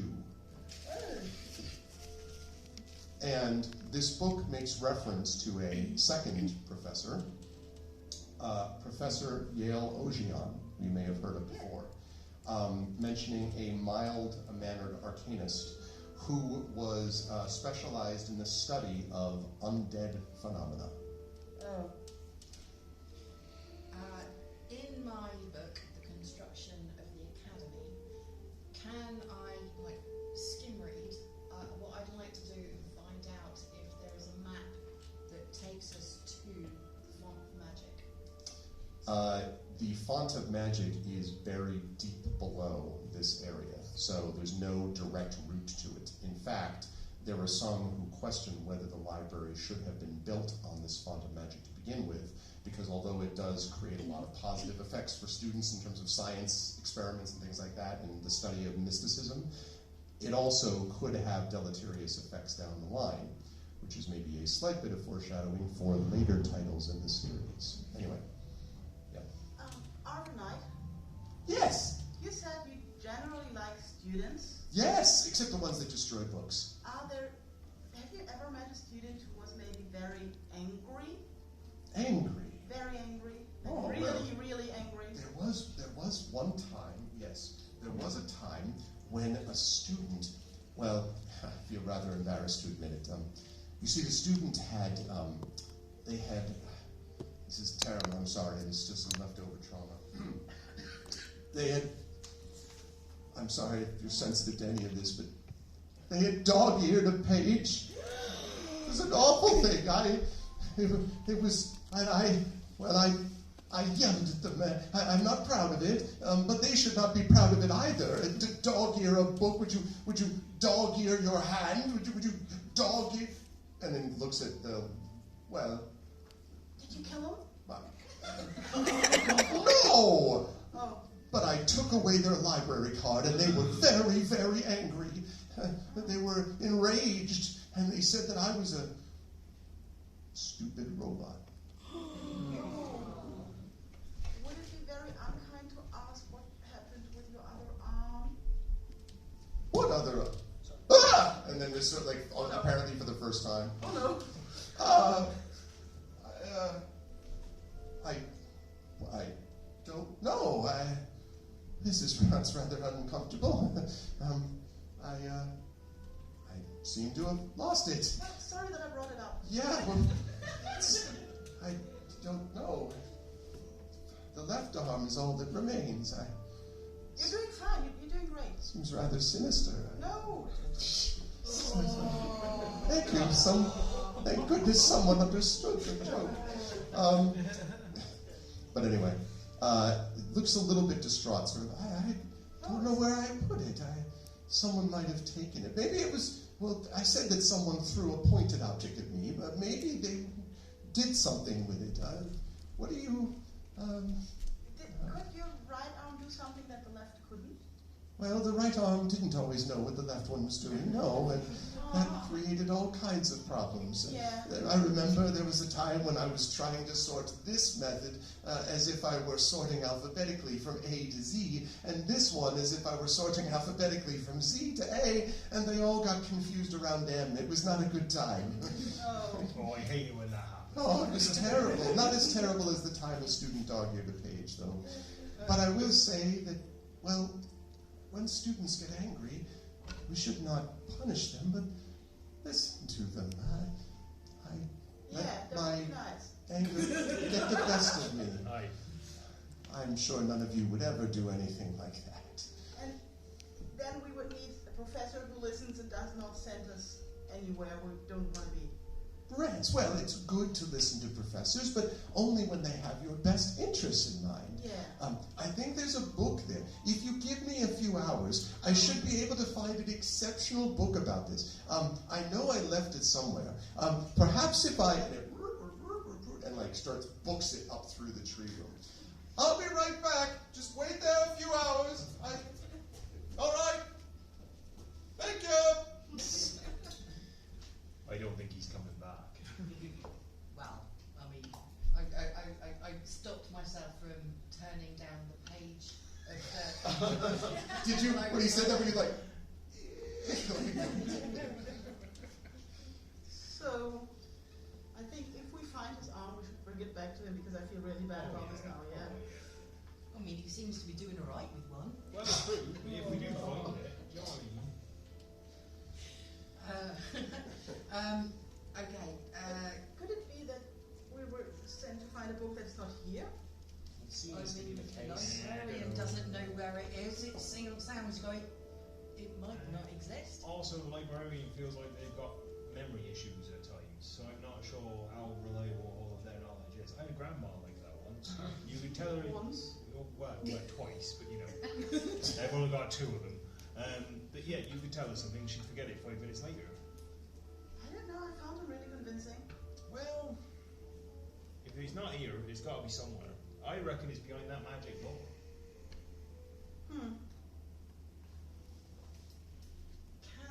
Because we've been to all the rooms that Got the other half of this room to explore. yeah, but he went back towards the tree, didn't he? Yes. Yeah, booked it up towards somewhere. I'm quickly going to have a look in the room to the west for the arm. So you're sorry, you went ahead to the western side looking for the arm specifically? Yes. Okay. Could you go in front of me again? All right then. Thank you.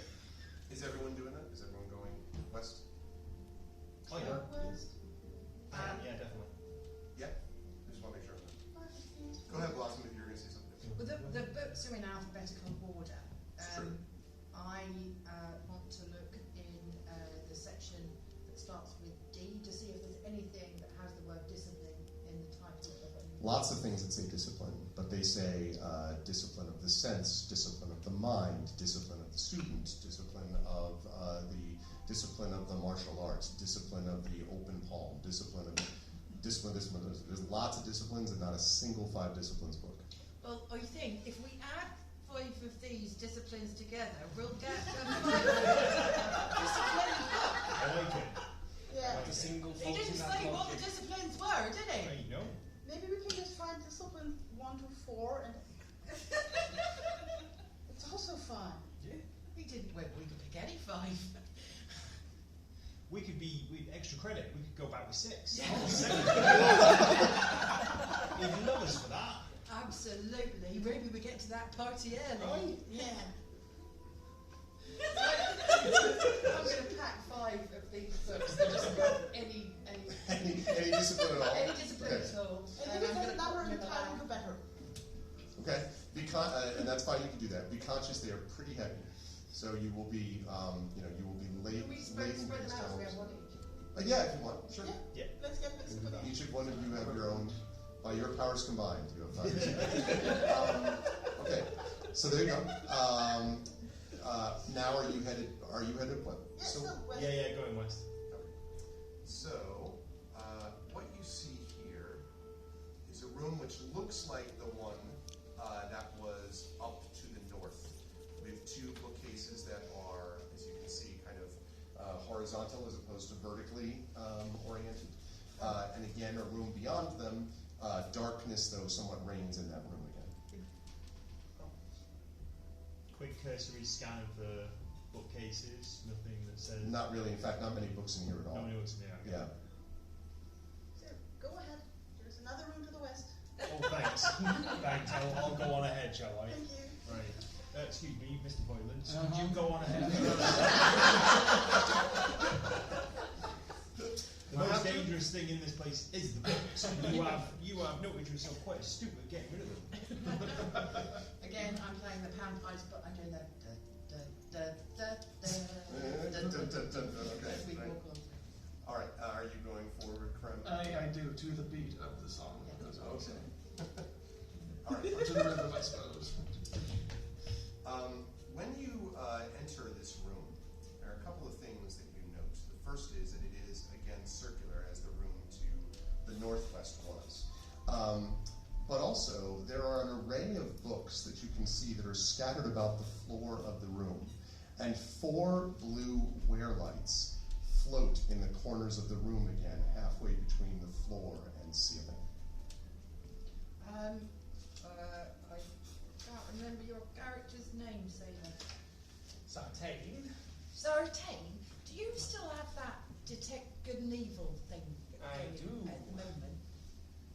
I will divine sense on the Weirlights again. You don't sense anything this time. I feel nothing, unlike last time. Right. Well, there doesn't seem to be the same kind of fog. Can I just step into the room a little bit? And Sure. can I have a sensory look around as well? Yeah, show me, if you can, just show me where you want to be. Are you oops, sorry. Do you want to be here-ish? I want to be far enough in the room that I'm in the room, but not close enough to the wear lights. Okay, but just in the room. In the room, yeah. When you get in the room, the wear lights, without you approaching them, begin to rapidly swirl. So they... And then they vanish as the books on the ground begin to swirl as well. And the books... The scattered pile merges together and settles on the ground in the form of... I'm really starting to eat books. It's good to not be alone anymore. I'll just wait for the movies. In the form of a massive winged lion creature made of books. It roars and paper sheets fly off it. Roll initiative, please. They made the books angry. I don't feel like we can avoid that. Oh. That'll be an 8 for me.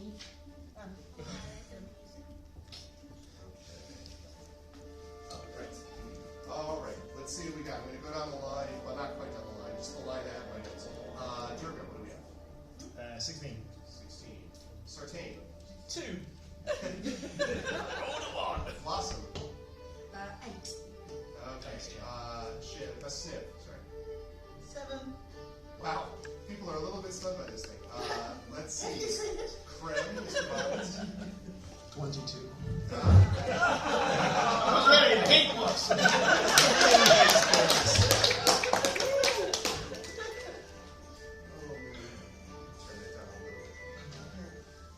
I sure hope the librarian doesn't come back. He really needs his help. He's a lot bigger than us. He could Except sort for Alphabetize this. 3 decibels? Let's see. Okay. Right, so one thing I do want to note for the party is that that picture is not just flavor. You might be able to find some things out about looking at that picture. Okay.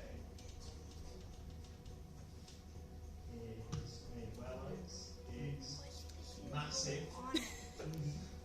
And it's your turn. It's massive and it's got teeth. That's what I'm taking from that picture. Actually, it's not your turn, sorry. It is certainly not. It's Krem's turn. So, Krem, I'm going to start with you. You are facing an enormous, what looks nothing more than a book manticore. Oh, great. So I'm assuming I'm kind of outside of the room. Yes, at the moment, yeah, I was just doing that to keep the cool picture up. But yes, you're right here. So you're right outside the room at the moment. Okay. Well, I am going to run in, I don't know, 15 feet or so. Okay. No, I don't want to get too close. But I'm going to grab the tome that I was given, which I can only assume was the Discipline of the Open Fist. Okay. And throw the book at it. Good throw. All right, I'm going to have you, we're going to do a little improvised weapon work here. Let me have you make a dexterity attack so you can... That's a natural 1. That was a 1. You throw it backwards. Yeah. Hit Durga in the head, doing 30 points of no. Instead, you kind of happy birthday to the ground, like just on the ground. So it looks very dramatic, Blossom, because in comes Krem and just like, and it just stands there, and the creature is, like this. As a free action, you could, if you wish, having done this, hilariously back out of the room again. Or you can stay there. I'll stay there. Okay. That would have been funny, but probably silly to do. Are you hoping it was going to go off like a Batman smoke bomb? Just some pages? Okay, Durga, you're up next. Right, Durga is going to never read another book. Can you describe the manticore for me? Sure. So it is a massive winged lion creature. The legs, the paws, the body are all made of essentially pages of and covers of books. The one thing I do want to note is that there are 4 of those wear-lights that I mentioned are on each one of its paws. Other than that, it has very sharp-looking teeth that also seem to be made from books.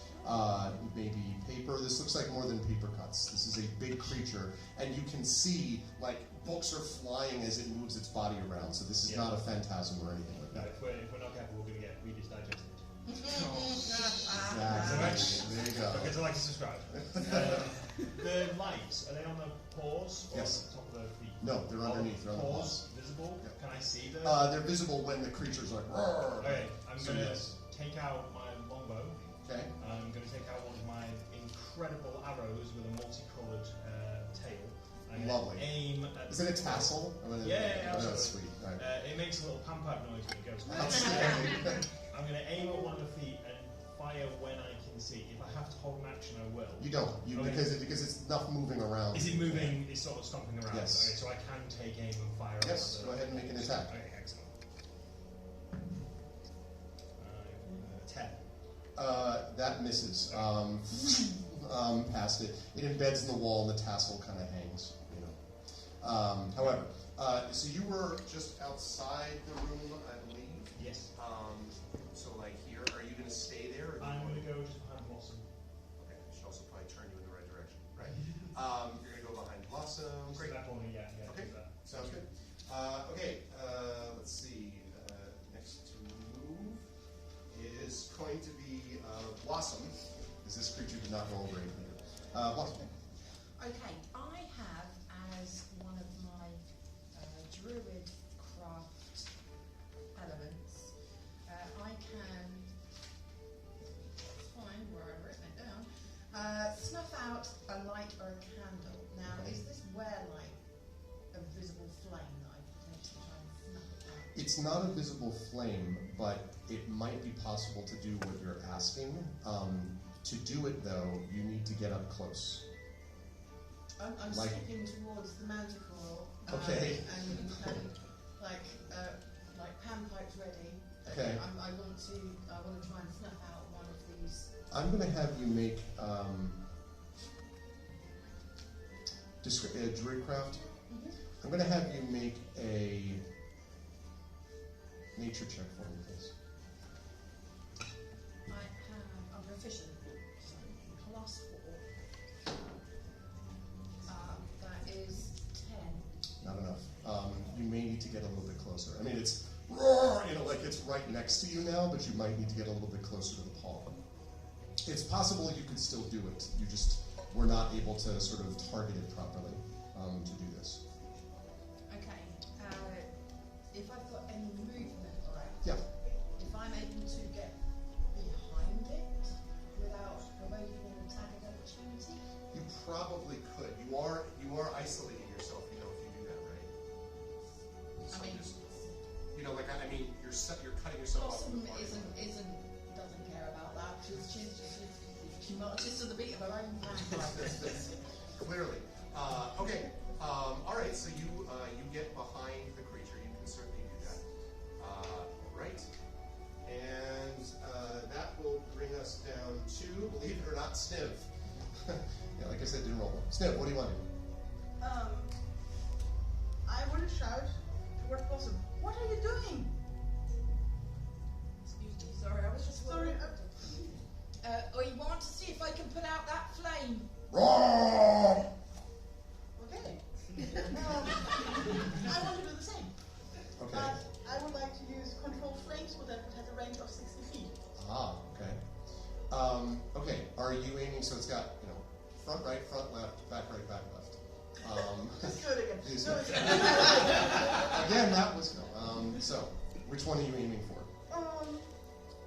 front left. Front left, okay. So you do that, and the light snuffs out. It roars, but it may have just been roaring because it likes to roar, clearly. And so, yeah. So you've done that. Doesn't have any visible effect except from going out. No, but it does stay out. Huh. Okay. I put one light out. That's so good. Or you think we should try and put the others out? Because it seems like they need those wearing lights. Roar! And behind her again. Okay. Okay, there we go. Right, it finally gets to go. I know you're all shocked that it had a turn, but it does actually finally get to go. It is obviously displeased with everything, apparently. And so, it looks down with anger at you. Well, you think it's anger. And it attacks you twice, Blossom. First of all, attempts to bite you. That is a 14. Oh, that hits. Okay. It then tries to claw you. And that is a 23. Ah, that also hits. Alright. So, sorry, just going for the bigger dice. Let's see. Should we shout she's a pacifist? Blossom, you take 9 points of damage from slashing between these things, which leaves you, I believe, with a single hit With point. one hit point and a dream. One hit point and a dream. That leads us next. It stays where it is. That is going to lead us to. We should have asked this before. What's your raw dex score, Crown? 18. 18. Sartain, you have less than 18? Roll dex? Yeah. Yes. Okay, so first you, Crown. You have just seen your companion get slashed up a lot. That sounds horrible. Yeah. I hate books! And I'm sprinting up toward the claw that slashed, assuming it's a claw that still has a light on it. There are 3 left with lights now. Okay. So one of the front claws, whichever one.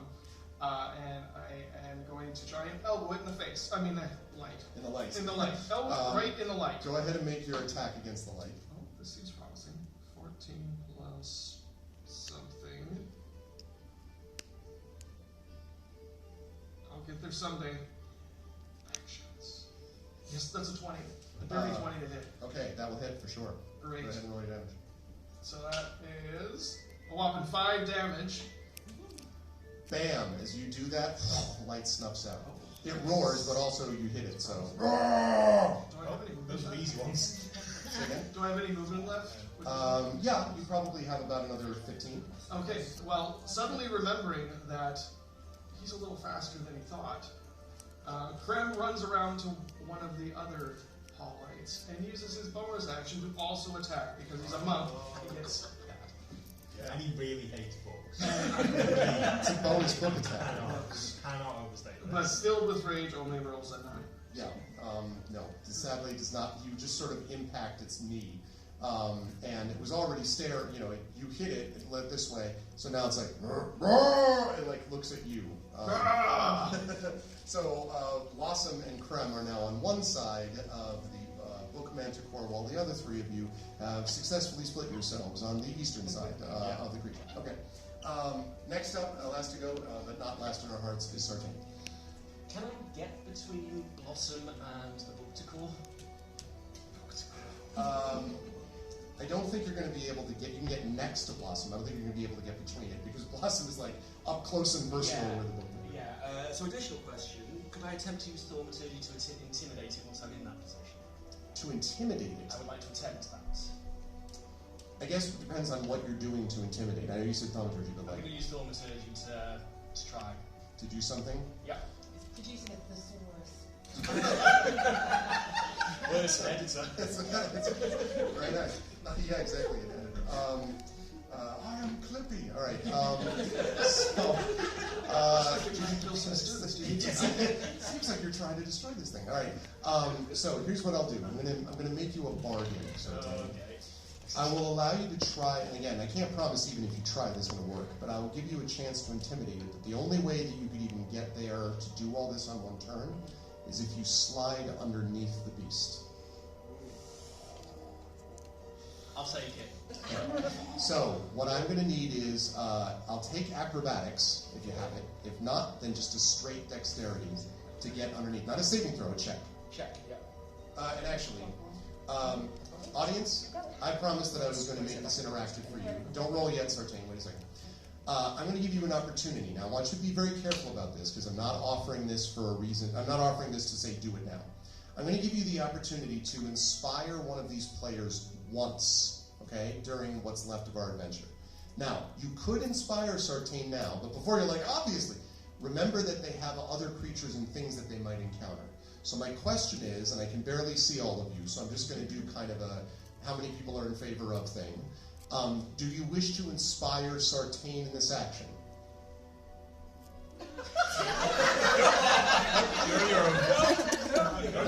That's a no. Godspeed, Sartain. I'm doing it anyway. Blossom plays out. 13. 13? Yep. So a 13, you're like, haha, awesome Prince of Persia style underneath. Get to the middle of it and slow down because there's a lot of books down there. So now you're looking up at a bunch of books. You see books by Paul Bottomley, Joe Reardon, anyway, you're just staring up at the underside and you hear this which is apparently coming from the beast. Not the best position to attempt an intimidation right now, I think. I might just vacuum in the house. Yeah, I mean, you could, right. Well, yes. I'm sick of these malevolent manuals. That's like 9. Yeah, sorry. You kind of bump at it. Those of you outside, like on either side of it, are like, see, it's like, raw, raw, like it's sort of staring down at whatever is punched. Under the books again. You put yourself there this time. You can get yourself out. All right, that's going to bring us back up to the top with Krem. faster. I just know that now. Oh wait, That's why I was confused. Yeah, I think Sartain should have gone before I did, because I got a 22 or something ridiculous. No, so No, I got a 2. You got a 2, I got a 22. Right. But, I don't know, sorry, because I looked at the wrong number. You did get a turn anyway. I already got a turn, so we're just going to go, yeah. Never mind why I asked you dexterity. I looked at the wrong thing. I apologize. Top of the round. You're up. Oh, I got 2 turns last round. What? You gave me the first turn. Oh, and did then you I? gave me a turn before Sartain. Okay. That's what happens when I don't read my own writing. Okay. So you've had your turn. I've had my turn. It was great. That was a great turn. We all remember that great turn. Sorry. So then, Durga, I believe you were up next. Yes, I'm going to draw another arrow, beautiful rainbow quill on the end. Yes. And aim for one of the back legs. Okay. Is it moving around enough that I can see the light? I was going to say, but you're going to have to rotate to like the top of the room or the bottom of it if you want to get it. I'll rotate to the bottom if that's okay. Like that? Yeah. Okay. But as soon as I see an opening, I'll take a shot. Okay. You also see something odd, which is as the thing is flailing about, you think you see Sartain at the bottom, like doing this. He's doing mechanic work. Yeah. It's like, ding. So 13. 13 is not enough. No. Okay. Yep. Misses sadly. Are you going to stay in that bottom position? Yeah, I'm going to stay in that position. Okay, good. All right. That is going to lead us, I believe, to Blossom is up next. I'm going to do exactly the same as I did before, but aiming at one of the back leg lights. Okay. With the snuff out light. Yes. Okay. So go ahead and make. I think I had you do a nature check for this one. So Yeah, let's have you do that. I am bleeding from my nose as I'm doing stuff. Yeah. These are bad books. These are, and then I'm going to. It's a nature check, isn't it? Yes. Okay, that's a 11. Not going to do it, I'm afraid. It's flailing about a lot, and also the blood is kind of clouding your vision a bit, and so you're not able to snuff it out yet, sadly. But you have all your movement left, if that matters to you. I don't know if you want to back up 5 feet. If you like to jump under there, you know, and hang out with Sartain. It's comfy down here. Plenty of reading material. Can I back away without? Yeah, you can back up 5 feet if you want. You have to like back up straight to the back wall of the room, like right up against the shelves, but you can do that if you want. Yeah, I'll back up. Okay. Okay. Like that. I'm a little hurt. It's just a bit. Oh, you look it. Okay, Sniv is up next. How many lights are left? There are 2. Back. Can I run towards Blossom without getting the Wookiee Tower getting an attack of opportunity on me? Say that again? Can you do what? Run towards me. Yeah. Yes. Okay. I run You could run towards. You'd have to go around Shiv. Sniv. I keep calling you Shiv. Sorry. Sniv. You could go around, and you'd have to sort of stay close enough to the creature that theoretically you'd be engaged with it. Do you want to head towards Durga, your Goliath buffer, or do you want to go the northern way around towards Violence here? Blossom. Okay, no, but I'm saying Blossom's all the way back. You can't go straight back because if you do, there's a manticore there. Yeah, I can't slide under the manticore Because sorry, yes. So you have to go north and around or south and around. But I cannot reach Blossom, yes? I think you probably can actually if you run the whole way. Okay. But it depends on which. Speed up, Okay. and I run around and I slide in front of Blossom, and I do control flames again and sniff out another light. Okay. All right. And that one, so that does snuff out. So there's one that's left. This is why I asked you though. Did you want to end up on the southern side of Blossom or the northern side of Blossom? I want to end up in front of Blossom. You can't end up in front of Blossom. Blossom's right next to the creature. I'm back away. Oh, that's true. Back away to the wall. I guess that's true. All right. So the mighty Sniv in front of Blossom. The bravest kobold. Yeah. All right. Fair enough. Okay. So that used all your movement and you did the control plane. So you're now facing down. One quick question. Sure. Which light will be snuffing out? Because I'm keeping track. Back left or back right? The Wookiee car is what is its butt towards me.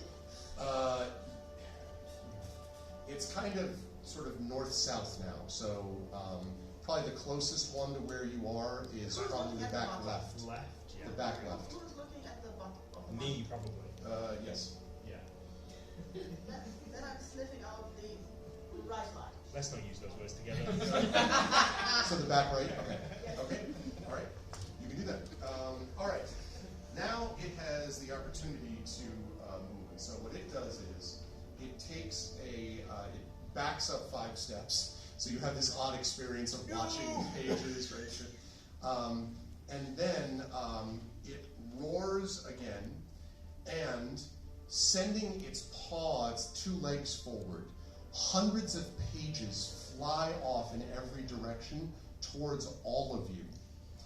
So you are surrounded by a veritable storm of slicing pages. Is there anything interesting written on the page? I'm still lying on the ground. A lot of things about blood, damage, hurt. Let's see. 17 on Krem. Let's see, that is a 20 on Blossom Not Natural. That is a 12 on Durga. That is a 16 on Sniv. And that is, and actually, it doesn't do it to you because you're underneath it. Best place to be. Safest place to be. Okay, so who got hit? I got it. I've only got 1 Okay. You be me, don't worry about it. You be me. Okay. I'll make you Let's see. All of you who were hit will take 4 points of slashing damage. I'm down. That means that Blossom is at -3. It means that Sniv is at 4. It means that Krem has finally tasted his own blood, I believe. I think it's the first time. First time. At 11. Okay. So when you hear Blossom's body hit the ground to the front. Okay. So now that brings us to the person who was the last person around. That was Sartain. But you heard, and you sort of, from your vantage point, can see that Blossom is now prone just like you are, but not apparently intentionally like you were. Yeah. So what I need to do is, can I hit the last light from my position? I think so. Okay. It's rising up and around, yes. Okay. Blind the ground swing with the Warhammer. Is 18. 18 will hit. Excellent. Let's see what the damage is. Next. 6. When you hit the creature, the light, I should say, and the last light snuffs out, there is a moment of silence, and then the creature with a great roar raises up as if it's going to send its whole body down on all of you, and then and just pages and covers and spines rain to the ground. You are again covered in books. So Blossom is lying on the ground bleeding, but the creature is destroyed. Now, I am not taking this out of initiative yet, and the reason I'm not doing that is because one of your party's in big trouble. So, Sartain, you are still prone. Do you want to, and under books, do you want to start clearing yourself out? I'm going to be digging myself out. Yeah. All right, so that's going to bring us up to Krem. So Krem, top of the round for you. Creature is destroyed, but Blossom's in big trouble. I would like to try a medicine check to stabilize. Let's do it. Possibly dying person. So that would be a 20. Yes, you do stabilize. And Blossom just sort of lies there, but is not now in danger. So is now sitting at 0 hit points and can be healed if someone wants to do that. I don't know if anyone has any healing capability, or did you kill the one healer? Or at least knock out the one healer. Right. Well, we'll deal with that because there's actually another problem. Another thing. So let me talk about what happened here. When you stabilized and you kind of are looking up and Blossom is there unconscious, the books, as they say, collapsed to the floor, and suddenly, Sartain, you were aware of this deathly coldness next to you, almost nearly inside, you kind of move over, but there's definitely something, and then rising up out of the books is a ghostly figure. It is a ghostly figure that has a bandana around its head and appears to be a woman, but clearly a ghost, and kind of sways back and forth and says, "Thank you. I did not enjoy being a part of that form. I see that some of you have taken some grievous hurt." I'm just making groaning noises. And the ghost waves her hand, and Blossom, you feel this kind of like energy, this cold energy flow through you, but then you feel the blood pulsing through you, so you get 2 hit points back. Oh my God, thank you so much. That feels so much better. She's back. She's back. I'm playing a little jaunty tune on Already? Just to test to see if they still work. I might have landed on them. Can I address the ghost? Mm-hmm. Can I just look at the ghost and say, so are you Orencia or Coletta? I am neither. Oh, I see. Another one. Yale. That was my name. Ah. I am Professor Ugio, although I knew Orencia and had great respect for Coretta. While I am grateful to all of you, I don't know why you are here. You look like students to me. And she says, detention? Who would send you to detention in a place like this? Vernon Richard. Vernon Richard? But he's just a teacher. Why would he send you here? Well, he's assistant ed now. He's what? He's assistant ed now. He's what? No, He actually saying head. Head. I don't. I'm from North, alright? I just speak French. She says, no, it is not your volume, but your words that stun me. Why would they have chosen Richard? But anyway. I think everybody else, Half a boo, I like that. everybody else was dead, maybe? Perhaps. Yes. You have come here then seeking what? Why did he send you? For a book? He sent us looking for a book. Book? Yeah. A book. Yes. No, book. A book. Aye, yeah. It's called the All right. 5 Disciplines. The 5 what? The 5 Disciplines. We had 5 disciplines. I threw one at you. Well, it was the best. I've got hearing problems. Yeah. And she says, I don't believe that I know of such a book. The other ghost could hear us fine. I don't know what's going on. And she says, there is another ghost here. Aye, tall fella. You know, that big professor. And you can see her, I can't say go pale because she's a ghost, but you can see her voice, her sort of eyes widen and, Suberin. Yeah. Suberin, you mean? He said he Yes. came in here with you. He did. But we were separated and then she kind of points helplessly at her form. Dead. You were killed, yes. Yeah. Were you attacked by a revenant by chance? We attacked the creature, the revenant. It may well have defended itself.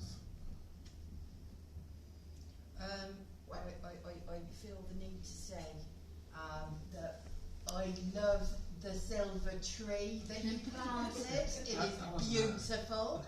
If only I could have been the one to claim credit, but it was Silverleaf who planted it, not me.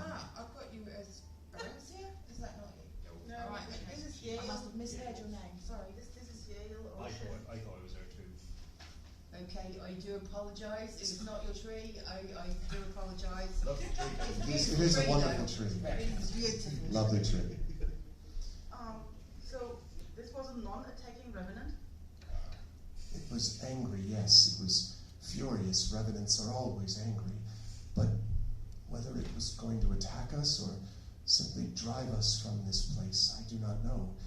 Suberin and I both saw it, and I studied in life the undead. I was something of a specialist in it.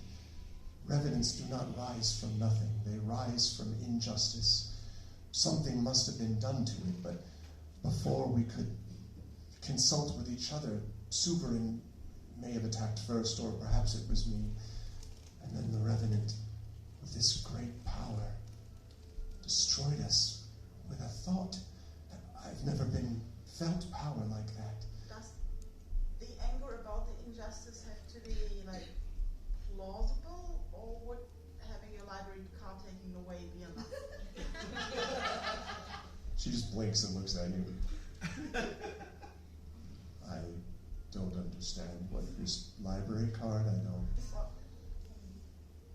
So Arthur thought it was a student, maybe He may be right. the Revenant, and you said it's very angry. So now the question is about what? And the librarian said it might have been about the library card being taken away. I do not think that is an injustice that rises to the level of producing a Revenant. I think there'd be a lot more revenants around the after. All filed under the letter R. Right. For runaway. She nods and she says, Was Richard with you and your friend when you met this untimely end? no, No, so it was just you two. yes. Although, now that you mention it, I don't remember having seen Richard. He seemed to be absent. So you didn't see him at all? No. Did And that he is come in with strange, for the head of school had summoned all of us together and said that something had to be done, and I don't remember having seen Richard there. Did he come in with you, or did he just go after meeting with the old head? No, I didn't see him in the room. Oh, I see. I hadn't thought of it before. Do you have any idea who this Revenant might be? No. The only thing I know for certain is that it is still here. It is the only reason that I could still exist in this place, or Suverland for that matter. It's the only reason I could have been trapped in a spirit like this. She kind of points to the books. If you can move rooms, you can go to Sovereign. No, I am not able to leave this place. I have tried. At least I tried before I was made into this form that you saw. The creature itself, if it is a Revenant, Revenants do not last for years or decades. Only something of enormous power could have existed for this long. Only something with incredible amounts of rage. You've done a lot of reading about the undead, is that right? Yes. Yeah. So, is it the level of injustice what makes a Revenant live longer? No matter how much injustice, a Revenant cannot override the laws of the world. Oh, I see. But we are built on a font of magic here. Perhaps that, and the will of whatever this creature is, has allowed it to survive. Oh, I see. That's unfortunate, isn't it? Yeah, a little bit, isn't it? Yeah. I was hoping we were onto something then, but no. Are you... What is your name? Pointing at you, Sniff. Sniff. Are you a practitioner of the magical arts? Yes. And She's very good too. She's very good. Yale reaches behind, and floating next to her ghostly hand is a broken piece of what looks like ash wood, and she drifts it over in your direction. Sniv, I'd like you to make a perception check for me, please. Yeah. No. It's a 4. So I'm very fascinated. Definitely a piece of wood. Yeah, very, very fascinated. Others could make this check too if they wish. Others could make this check if they wish. 22. I'll come back to that. It's my piece of wood. 19. What check was it? It was perception. I got a nat 20. That's a good dice. This is my favourite one. Both Krem and Blossom know, and Blossom in particular knows, that these are, you see runes along its side. Probably they were part of a staff. Moreover, Blossom, you know that those runes and the particular wood that's used to make it is very specially grown and tended to by druids. And that staves like this with these runes are given to graduating mages from the academy today. So they know that that happened today, And it has been that way for many, many years. Almost certainly this comes from a broken staff of someone who was a student and a mage. As I relay this, I'm sniffing it and I'm licking it and just to find the type of wood. Definitely, let's make a nature check there. Definitely need to do that. That is a 10. You've tasted better. It's no birch, I can tell you that. Where did you get it from? I discovered it when I was wandering through this room. It was underneath a pile of books. I knew that it had some magical quality at some point. I give it to you now because perhaps this is it is the only thing that does not fit here in this room besides me, I'm sorry to say. And perhaps you can use it to your benefit. Well, I would guess that getting your staff broken would be worse than getting your library card taken away. I mean, it depends on the kind of wood, I think. But the nat 20 I rolled before, can I determine what the runes are? No, but you can describe them to Sniv, who can make an Arcana check. Okay, I'm drawing in the dust the runes, and I'm describing them in as much intricate detail as I can. I'm doing a Arcana check. It's a 9. So you know that the runes have something to do with essentially graduating rank, but you don't know what, because it's a little bit weird. But I realize that I can't read them very well. Yeah. Okay. Right. That's as much as you know from it. Okay. In that case, I would like to cast Comprehend Languages. Okay. Okay, that's fair enough. If you do that, then you're able to determine a couple of things, which is number one, the runes do in fact refer to graduating rank. And number two, graduating mages from the academy are given a set of runes, a staff, their own staff, and a set of runes that sort of describe what they've achieved throughout the course of time there. And, essentially how many honors they've had as a result. This, as far as you can tell, is someone that is so high in their honor rank that it can't be listed. You've never seen a staff like this. Whoever this staff belonged to was one of the best students you've ever heard of, judging based just on the rank that's listed on the staff. I relay that to the others. This is really great. This is like the best honor student possible. But Arthur said that the reason he thought the Revenant is a student is because it was not as good in magic as he would have thought. And it was uncontrolled. Can I ask the ghost, when you were, how can I put this delicately? Alive. Thank you very much. What constituted a reason that a student would be given such an honour as having a staff like this one? Only one who had managed to achieve such incredible accomplishment that they themselves might have aspired to become a teacher at Hearthglow. Indeed, I do not believe I would have received honors like that when I was a student here. Is there any way of identifying the student? Not from these runes, no. And whatever the creature is, I don't know. It didn't identify itself. We attacked it before it could. Can I ask, where did you attack it? As in the library, not on its body? It was to the east of the room with a tree.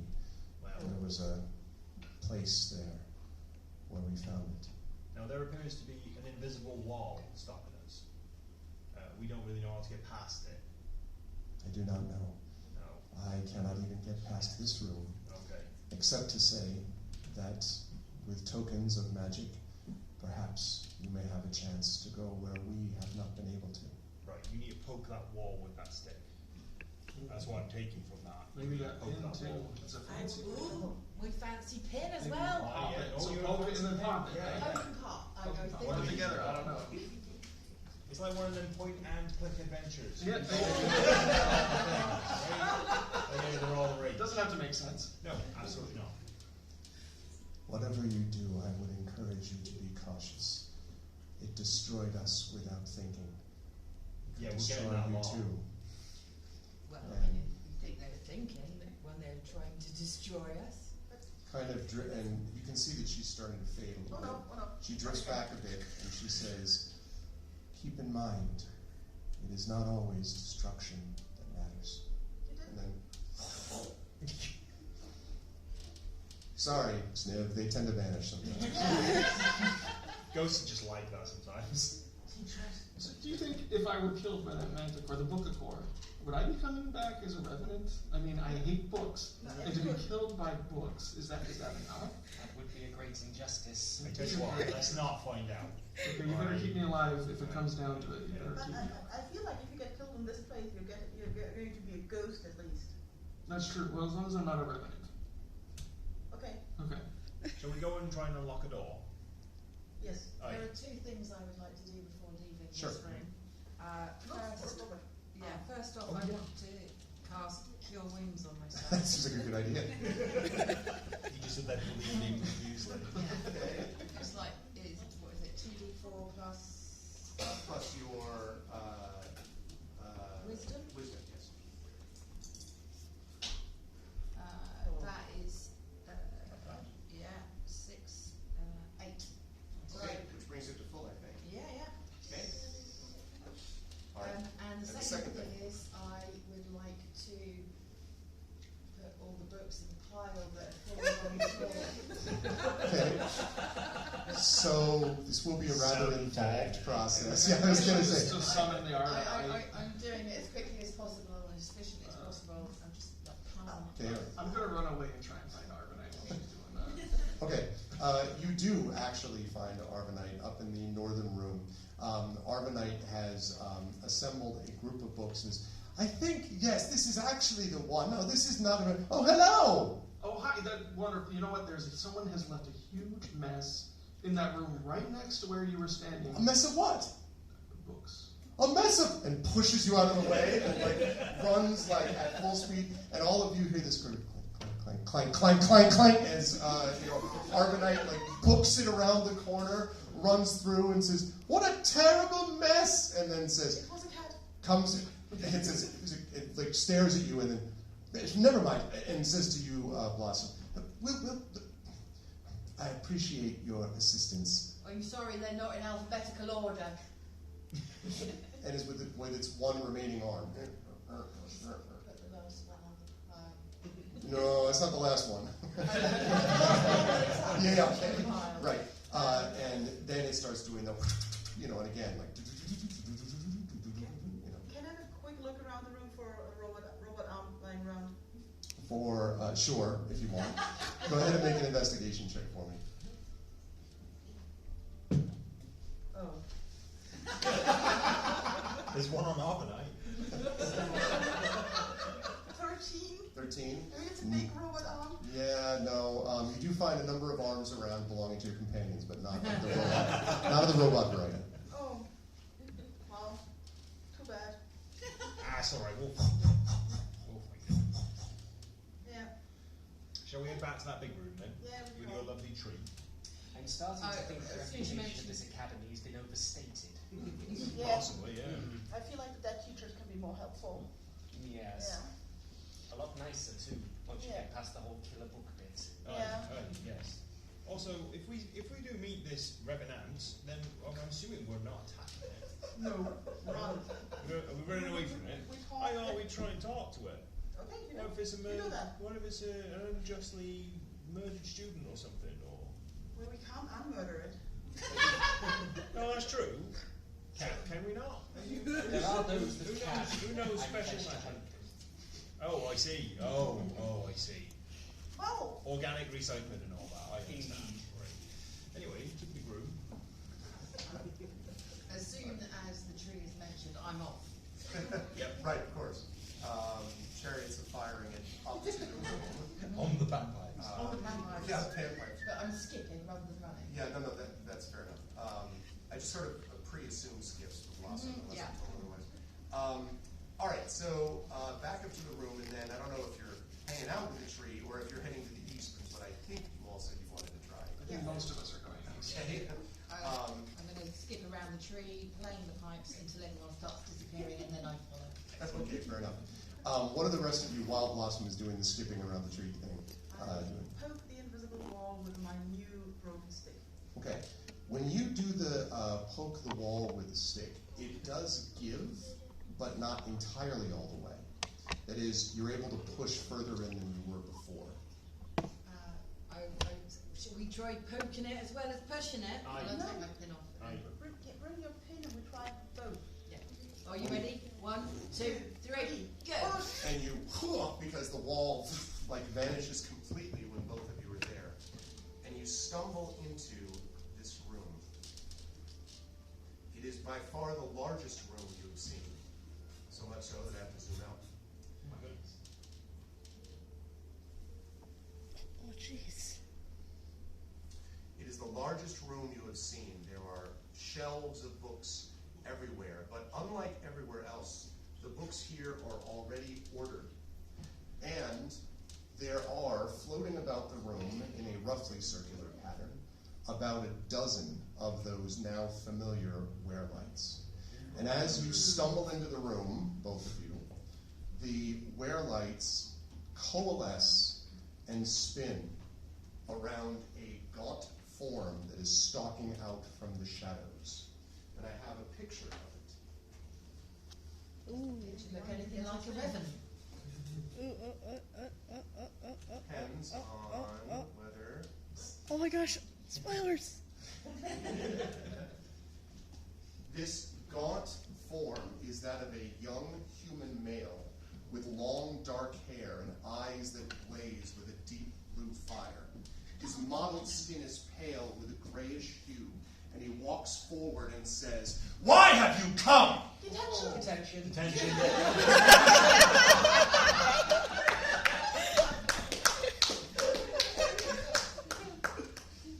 Detention. Yes. Right. Yeah. Then you're students. Aye. Yes. You mean lackeys. What? Lackeys. No. Well, it's The being ones who called sit- worse. I like them quite a lot, but... You do what they say, don't you? Well, there are teachers. Yes, and the teachers are always right. Always right. Oh no. No. Always. He wasn't right about the camel. Lies. And I can steal books. You And came. I never shot him. He got away with my arrow. I'm telling you. Lies. You came here on his orders, on their orders. And I will send you back the same way. Through the door? In case we would like to leave. And he sort of, Are you okay? there's sort of a pause and kind of looks down. And, I am not okay. You seem very angry. I am. But I why? have a right to be. I'd like a perception check for everybody, please.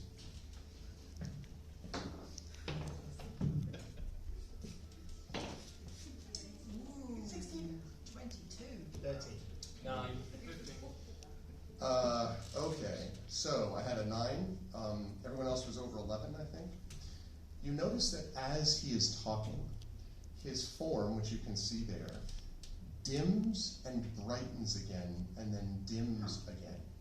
It seems odd. It's not that it's sort of hard to look at. It's that it just seems to be kind of fading and then growing and then fading again, waxing and waning, if you will. Are you missing something? Yes. Are you missing a staff by any chance? What do you mean? Well,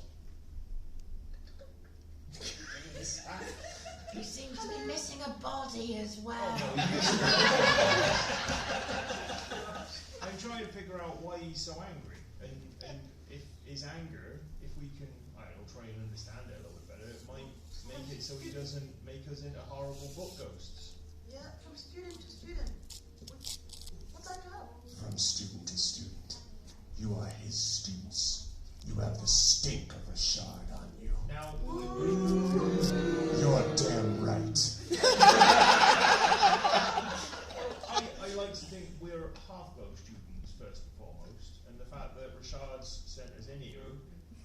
means He doesn't like us. yeah, he probably wants rid of us, really. Yeah. because Or this is he's quite a trying to dangerous finish place. what he started 20 years ago. I send What do you start? students. What do you do? All of you, look at you. Your cloaks, your pins. All of you, students of the great Hearthglow Academy and the great Vernon Richard. I can believe that you were sent here. Not that you know why. Well, Labs. Go ahead. Sorry. you sent us to go and find a book about 5 disciplines, but the librarian says it doesn't exist. I see. You mean the one-armed fool, the one that calls himself a librarian Arvanite, who runs around the library organizing books for them, doing the work of them so that they can have things in order for him. All of you, I bet you want to go to the feast. Well, Celebrate. Officers and gentlemen and women all of them upstairs, celebrating their lives as students of a sham and a fraud. It does sound like fun. To be honest, I'm kind of soured on the idea. It's better than trying to be eaten alive by bugs. Yeah, but The books are a result of the evil that consumes this place, and the evil started with him. what did he do? Why should I tell you? why not? Because you are part of the plan.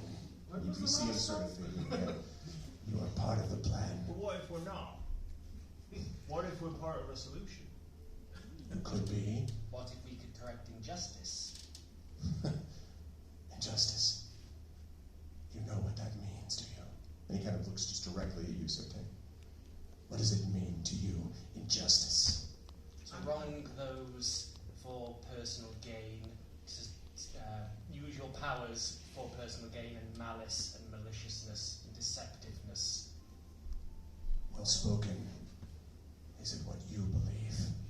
It is what I pledged to Helm to defend against. I want a persuasion check from you. You can do this. Wait a second. Inspire! And the circle is complete. Okay, so yay, persuasion.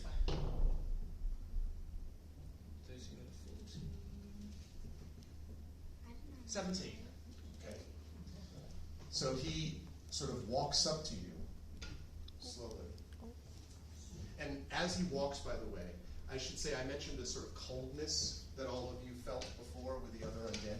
Here, you feel both cold and heat, as if you are struck by, to jump out of game for a minute, dry ice. Imagine something so cold that it burns. And he walks by you, and each of you feel this. And then he stops. And he leans close, and you feel, right close. And then, I believe you.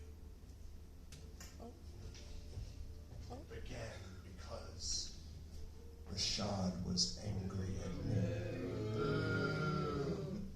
It began because he could not stand me.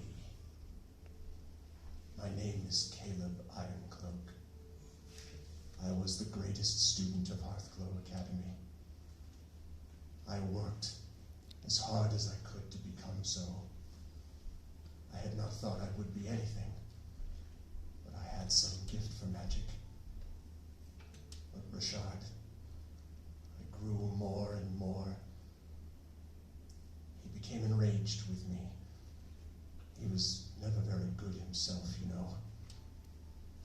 There were times where I felt like I would have been better than him. I perhaps did not speak as politely as I should have, but he also took it out on me.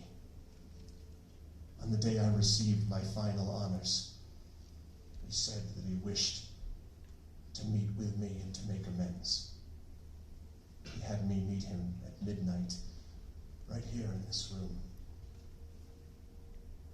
He confronted me, said that everything I had was the result of the school having given it to me, that it made a good story for them, because my family had been killed, and it was a good story for an orphan to be a great magician. I screamed at him. I told him it was to shut up, to be quiet. He told me that I was nothing to him or to anyone else. And then he reached his hand out, and there was a bolt of lightning. I don't remember what happened immediately. When I woke, I was all fire and ice.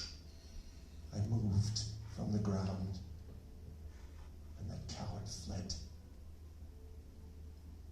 I have stayed here since that day to bring my cursed zone to him. And you can see he kind of winces, and his light sort of dims a bit. My time is running out. I will not be able to stay. Please. He reaches out to you, Sartain. If you believe in justice, as you say, you must tell my story. You must convince them. Richard cannot be allowed to get away with this. He sort of drops to one knee. I pledge to you that this darkness shall be dragged into the light and made to face justice. It is appreciated, but means nothing if your companions will not help. We will absolutely help. Is there anything we can do to help you in the immediate future? No. Would you like to see a really pretty trick? And you can't really see a smile on his strange face, but he says, that tree had given me some comfort. But all I see now is anger. And he gestures with his hand, and a book floats down in front of you, Blossom, and it opens. And you see that it is a journal. But as you look more closely at the title page, it is a journal of Vernon Richard. Dated 20 years ago. He dropped this when he fled. Can I skim read it to see if there's anything incriminating in there? There's a lot of stuff incriminating. In fact, it essentially tells the story of how much he loathed this particular student. And it is, of course, blank from the date of this incident from 20 years ago onward. I'm going to skim read it, and the interesting parts, I'm going to go, oh my God, you even did this? What a nasty, nasty man. And then, just to kind of reiterate the point and show Caleb that we're disgusted by this behaviour. Then you must go. The feasting. There. And he points to the north, and basically right here, we'll ping it on the map, right here, one of the pillars slides, and there is a very thin spiral staircase leading up to a trapdoor in the ceiling. He says, there's not much time left. Oh, please. His light kind of still dimming. Time to crash a party? Oh, yes. I start sprinting up the stairs. Quick question here. We've got his journal. Is this going to be enough? If he did do these horrible things, We also have the staff, we've got the staff, the pin. and we've got the pin, and we've got the journal. I turn to Caleb and I say, is there anything else that could help incriminate him, or to prove that he did these wrong, or do you think this would be enough? I cannot say what will convince them. The only thing that convinces them, from my point of view, is it is the truth. I find it very hard to believe that someone of his position would do such things, if I'm honest. Teachers, especially here at Hearthglow, should inspire rather than intimidate. He sent us here to die. What are you on about? But if he's done these things, then we need to bring him to justice. Our teachers should be someone we look up to, not someone we're afraid of, and definitely not someone who would see to harm us.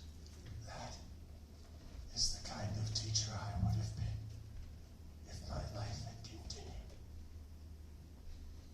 Well, I say we go and face Mr. Richard and see what he has to say about this. How about you bring the diary, the staff, and the pin to the headmaster? That's a very good idea. That's why you're the magic one.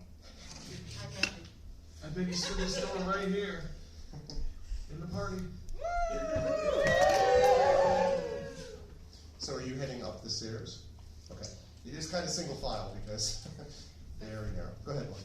Before we go,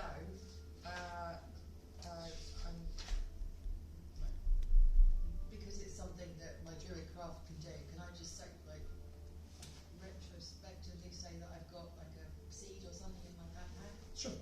And I would like to grow a flower, and I would like to leave it with Caleb. So I think the image that we see as the party goes up the spiral staircase is of this flower next to the revenant on his knees who's just sort of staring at it as you go up the stairs. When you emerge, who's in front? Yeah. Violence. Violence first. When you emerge through a tile directly in the middle of the floor in front of the dais, where Thaddeus Caleriton, the head of school, himself is speaking to a very festive audience. My students, it is a great pleasure to, and then like out comes I should say, I use my breath weapon, which is force, the cone of force, to blow the door open. So the tile goes up. So everyone stops like cheering, and everyone stops with it, and he stops speaking, and then the tile like, and then ding ding ding, like as you're just sort of sitting there, and everyone is staring at you, which is all they can see so far. I get out of the way so they The others emerge, and Richard, who is staying right next to Caleriton, says, "What is the meaning of this? These students have been given detention. What are you doing here?" Silence, Vernon. Oh. And I want to intimidate him as I do that. Okay, yeah, go ahead and roll an intimidation. As you're doing that, as Blossom is coming up, like, from behind she's playing flight of the Valkyries on the All right, awesome. So, what was the intimidation? Roll a one. And Richard says, like, "I think not. Head of school, I am sorry for this disruption, but the reality is," and Caleriton is like, "I would hear from these students first. What is the meaning of this? If you were given detention, why are you here?" I would like to draw my bow and aim an arrow at Venom Richard. And so everyone's like, that's pretty much it. Everyone's like, yeah, and they say, what? And Caleriton says, "What are you doing?" I'm making sure a murderer doesn't attack anybody else. Don't you worry, I'm a very good shot. So, and Richard says, "A murderer! This is outrageous!" And Caleriton sort of, "Wait, before there are any more declarations and demands, it is a very serious charge, Erda. Do you have some evidence to support this?" I'd like to say that it's circumstantial, however, it is quite compelling evidence, and I nod my head over to both Blossom and Sniv, who are carrying, I assume you're carrying the book. All right, Sniv, how do you want to do it? I mean, like, Sniv, do you want to? I run over to the headmaster, put him back. This is the diary where he's kind of confessing to everything. This is this piece of wood from the staff of the dead student, and he also tried to get us killed. Before I hand the journal over, I said, "This isn't circumstantial, it's a journal." And then I hand over Master. Does the book The 5 Disciplines exist? The 5 disciplines, I'm not familiar with it. I'd like an insight check from you, certainly. Okay. 16. You can tell that when you say this thing, the 5 disciplines, you see Richard maybe pale a little bit, right? Now, I heard you get the staff, the journal, is that? And the pen. Oh, and the pen. So you put the 3 things, and he kind of looks at, and Claritin looks at all of these. And Richard says, all of you are liars. All of these are faked, are made up. And so, I would like one of you, and only one, to make a persuasion check. But I will tell you that the pen and the staff have made the check easier, and the journal has given you advantage on the check. Now, with that said, who's doing it? That will not me. I'm not a pragmatic. I'm -2. I'm +3. I am +0. I'm +3 myself as well. So it's one each. Do you want to do it? Well, you've got the evidence. Okay. Oh, that's true, yeah. You've got good dice as well. I'm not using that, that's the curse dice. Oh, I see. Blossom, I'm going to give you an additional +2 to this check because you gave a flower to a revenant. That was a good moment and deserves a reward. So that's +6. Those sweets out of the way. Okay, so I rolled a 7. So that's 13. Well, advantage. Okay, so 7 is 13. I was like, wait, what? Yeah. That would not have worked if you didn't have a pin and a staff. When you present it to them, Claritin sort of looks and says, so, some of the legends were true then, Richard. The ones I heard of when I came here. Richard pushes Claritin out of the way, aims his staff at you, and begins to so he begins to mouth an incantation, and all of you are like, as you're about to do your cone of force, everything stops. Like, I mean, dead stops, including my music. Just dead stops completely. There is silence, and then you see that the staff is like this, held out, and right next to him is Claritin like this. And he says, you have not been given leave to perform magic. Now you're like, okay. It's natural.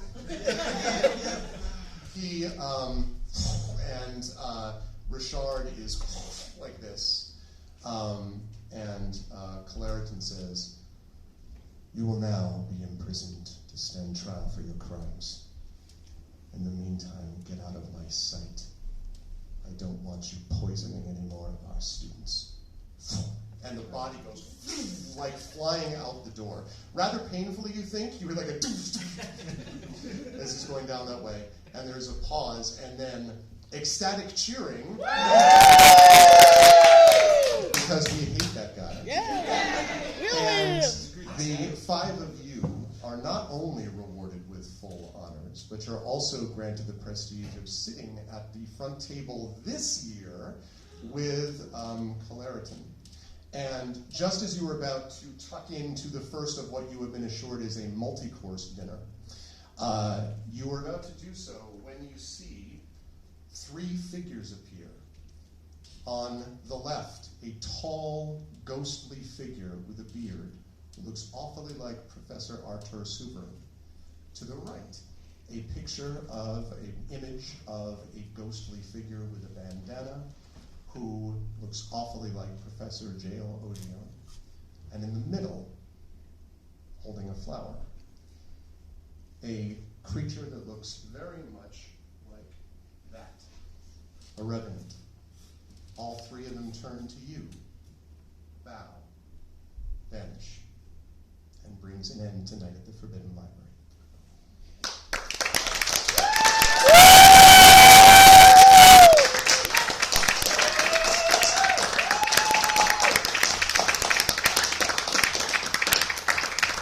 What a great pleasure to play my favorite game with some of my favorite people.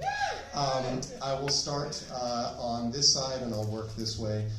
Saber, any last thoughts about the adventure tonight? Anything you want to talk about with you regarding stuff that people can find you in? I just want to say, what a day. Thank you everyone for coming out and watching this. I've never done anything like this before, and it's been an absolute blast. I love these people so much. We've known each other years, and we finally met up, and it's just been wonderful. If you like what I do, I stream on Twitch at twitch.tv/darksaber2k. I play all kinds of games over there, so if you fancy silly times, that's where to go. Awesome. Moving right on down the line, Pyron Jade, finally mask-free, the whole way through. Same question to you. How'd you feel, and where should people find more about you? It was worth it, I think. So, yeah. It's been quite a thing to play with people for so long and never meet them in person, and then meet them and do something amazing like this. So I'm feeling like very grateful and very, very happy. It's just, it's good, all around good. And I don't know when people are going to see me next, but very certainly in our Assault March campaign, Tuesdays on twitch.tv, GOG/GOG. You're going to find it. You can This is your friend. So, and, well, sometimes over on Saber's channel for multiplayer Saturday. Of course. And, well, sometimes in the chat at Inanders or Wholesome Horror Gaming's chat. Flair streams to times where I usually don't see it, but I try. Good stuff. Thank you, Pyron.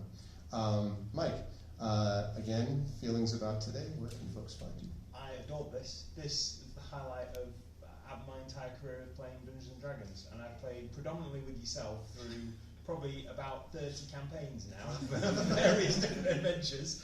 And this group of misfits are, I don't know, you are the family I couldn't have asked better for. You really are, and my heart is so full right now that we get to get together and do this. Finally, I get to see people who I've only seen on screens and in corners of live streams and stuff like that for so long, and they're actual real people, and it's absolutely fantastic, and I love it. And I'm so grateful for everyone who's out there who supported this, and this is just such an awesome experience. So thank you to everyone who's, also for the Omnibus Theatre, everyone who's put this stuff on and helped and supported it along the way, so thank you so much. If you like anything to do with my stupid voice and face, then you can find me over on twitch.tv/wholesome horror gaming, where I play mainly chilled out sessions of horrific horror games. But in a pretty cozy way. It's a bit spooky, it's a bit cozy, but it kind of works, so check it out. That's good stuff. Thanks, Mike. And on the same question to you, how do you feel about things this evening? Where can folks find more about you? I had an absolute blast. 4 hours went so fast, I could have sat it enough for another 2. Just around the tree for 2, just for 2. Yeah. I have to say that even though this is a one shot, I love Blossom. I want to continue playing her at some point. But it was brilliant. Thanks everyone for coming out today. Thanks to the Omnibus Theatre for being such a fantastic venue. Thanks to Arv for a brilliant one-shot campaign. Thanks to everyone. I mean, I lucked out. This is 40 minutes from where I live. Whereas we've got people that have come from all over the world, and it's just been an absolute privilege to meet everyone in person. You can find me, about 40 minutes from here, on Twitch TV Inanda1, where I play games very, very slowly. And I also play games on GOG, usually on a Saturday, but not to come here instead. Yeah. Thanks so much. I really loved it. Thank you, Ananda. Thank you. Last but certainly not least, Fleos, how did you feel about today? Where can folks find more about you?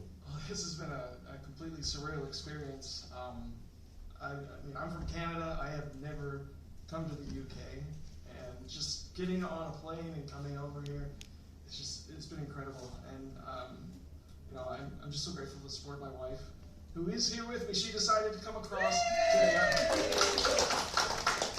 come with me to this event. And she's not big into Dungeons and Dragons, but she's here supporting me, and I really appreciate that.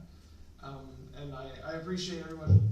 Sorry about that. Everyone watching, everyone in the audience, everybody that's done so much work to put this together as well. And just what struck me is how natural it felt. Because sure, we're in person, but I guess it's just been so long that it just clicked right away. So thank you so much for putting this together. And if you want to find me, you can occasionally find me on the GOG channel on Thursday late evenings here, actually. Evening for me, so it's like 4 in the morning or something ridiculous here. I'm also on Saturdays at a much more reasonable time on my own channel, twitch.tv/Fleos, if you want to see me there. So that's it. Awesome. Thank you, Fleos. So, first of all, can I get one more round of applause for the wonderful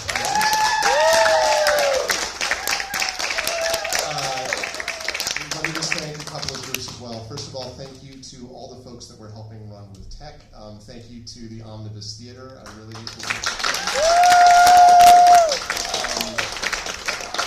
I also want to thank all of the lovely people on my channel that were watching and all of the lovely people that made that possible, including Ash from Mike's Community, who's been recording all of this, so you're going to get this multi-awesome National Geographic epic experience.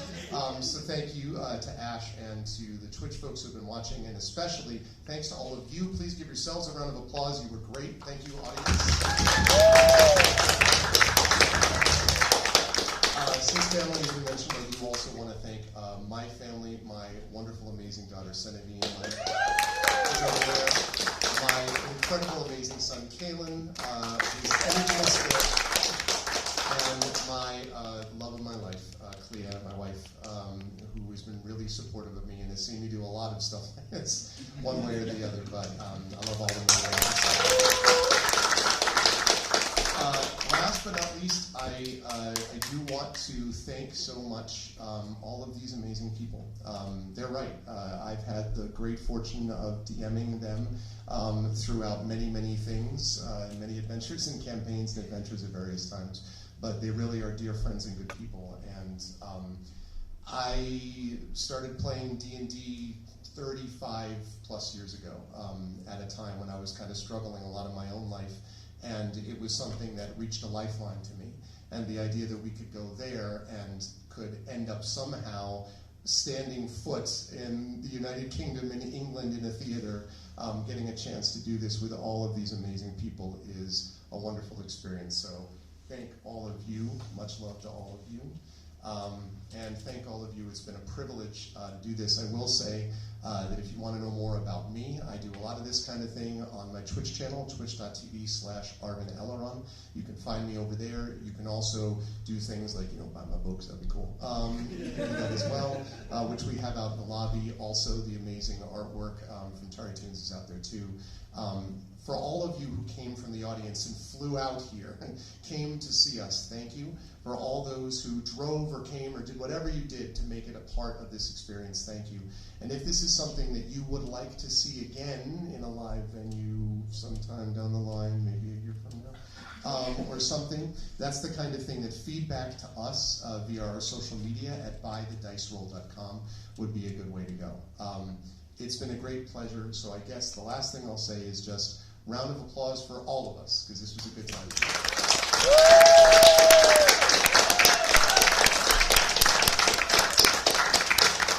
With that said, go forth, good night, and enjoy your night outside the Forbidden Library. Good night, everyone.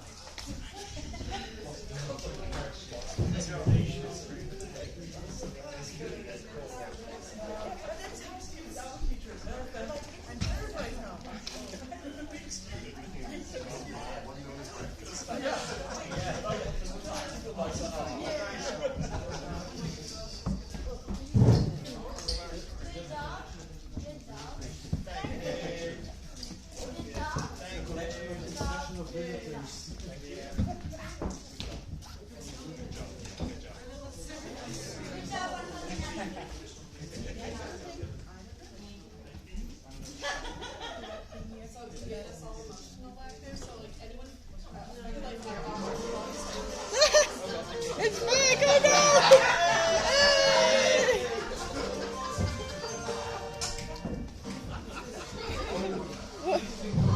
What is that? Can I have water?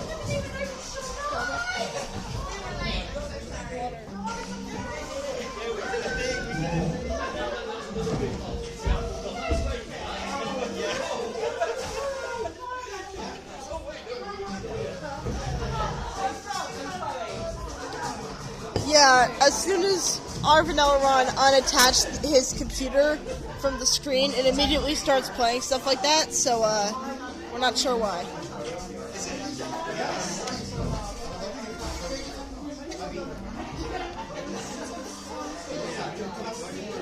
Appreciate it. I'll take it.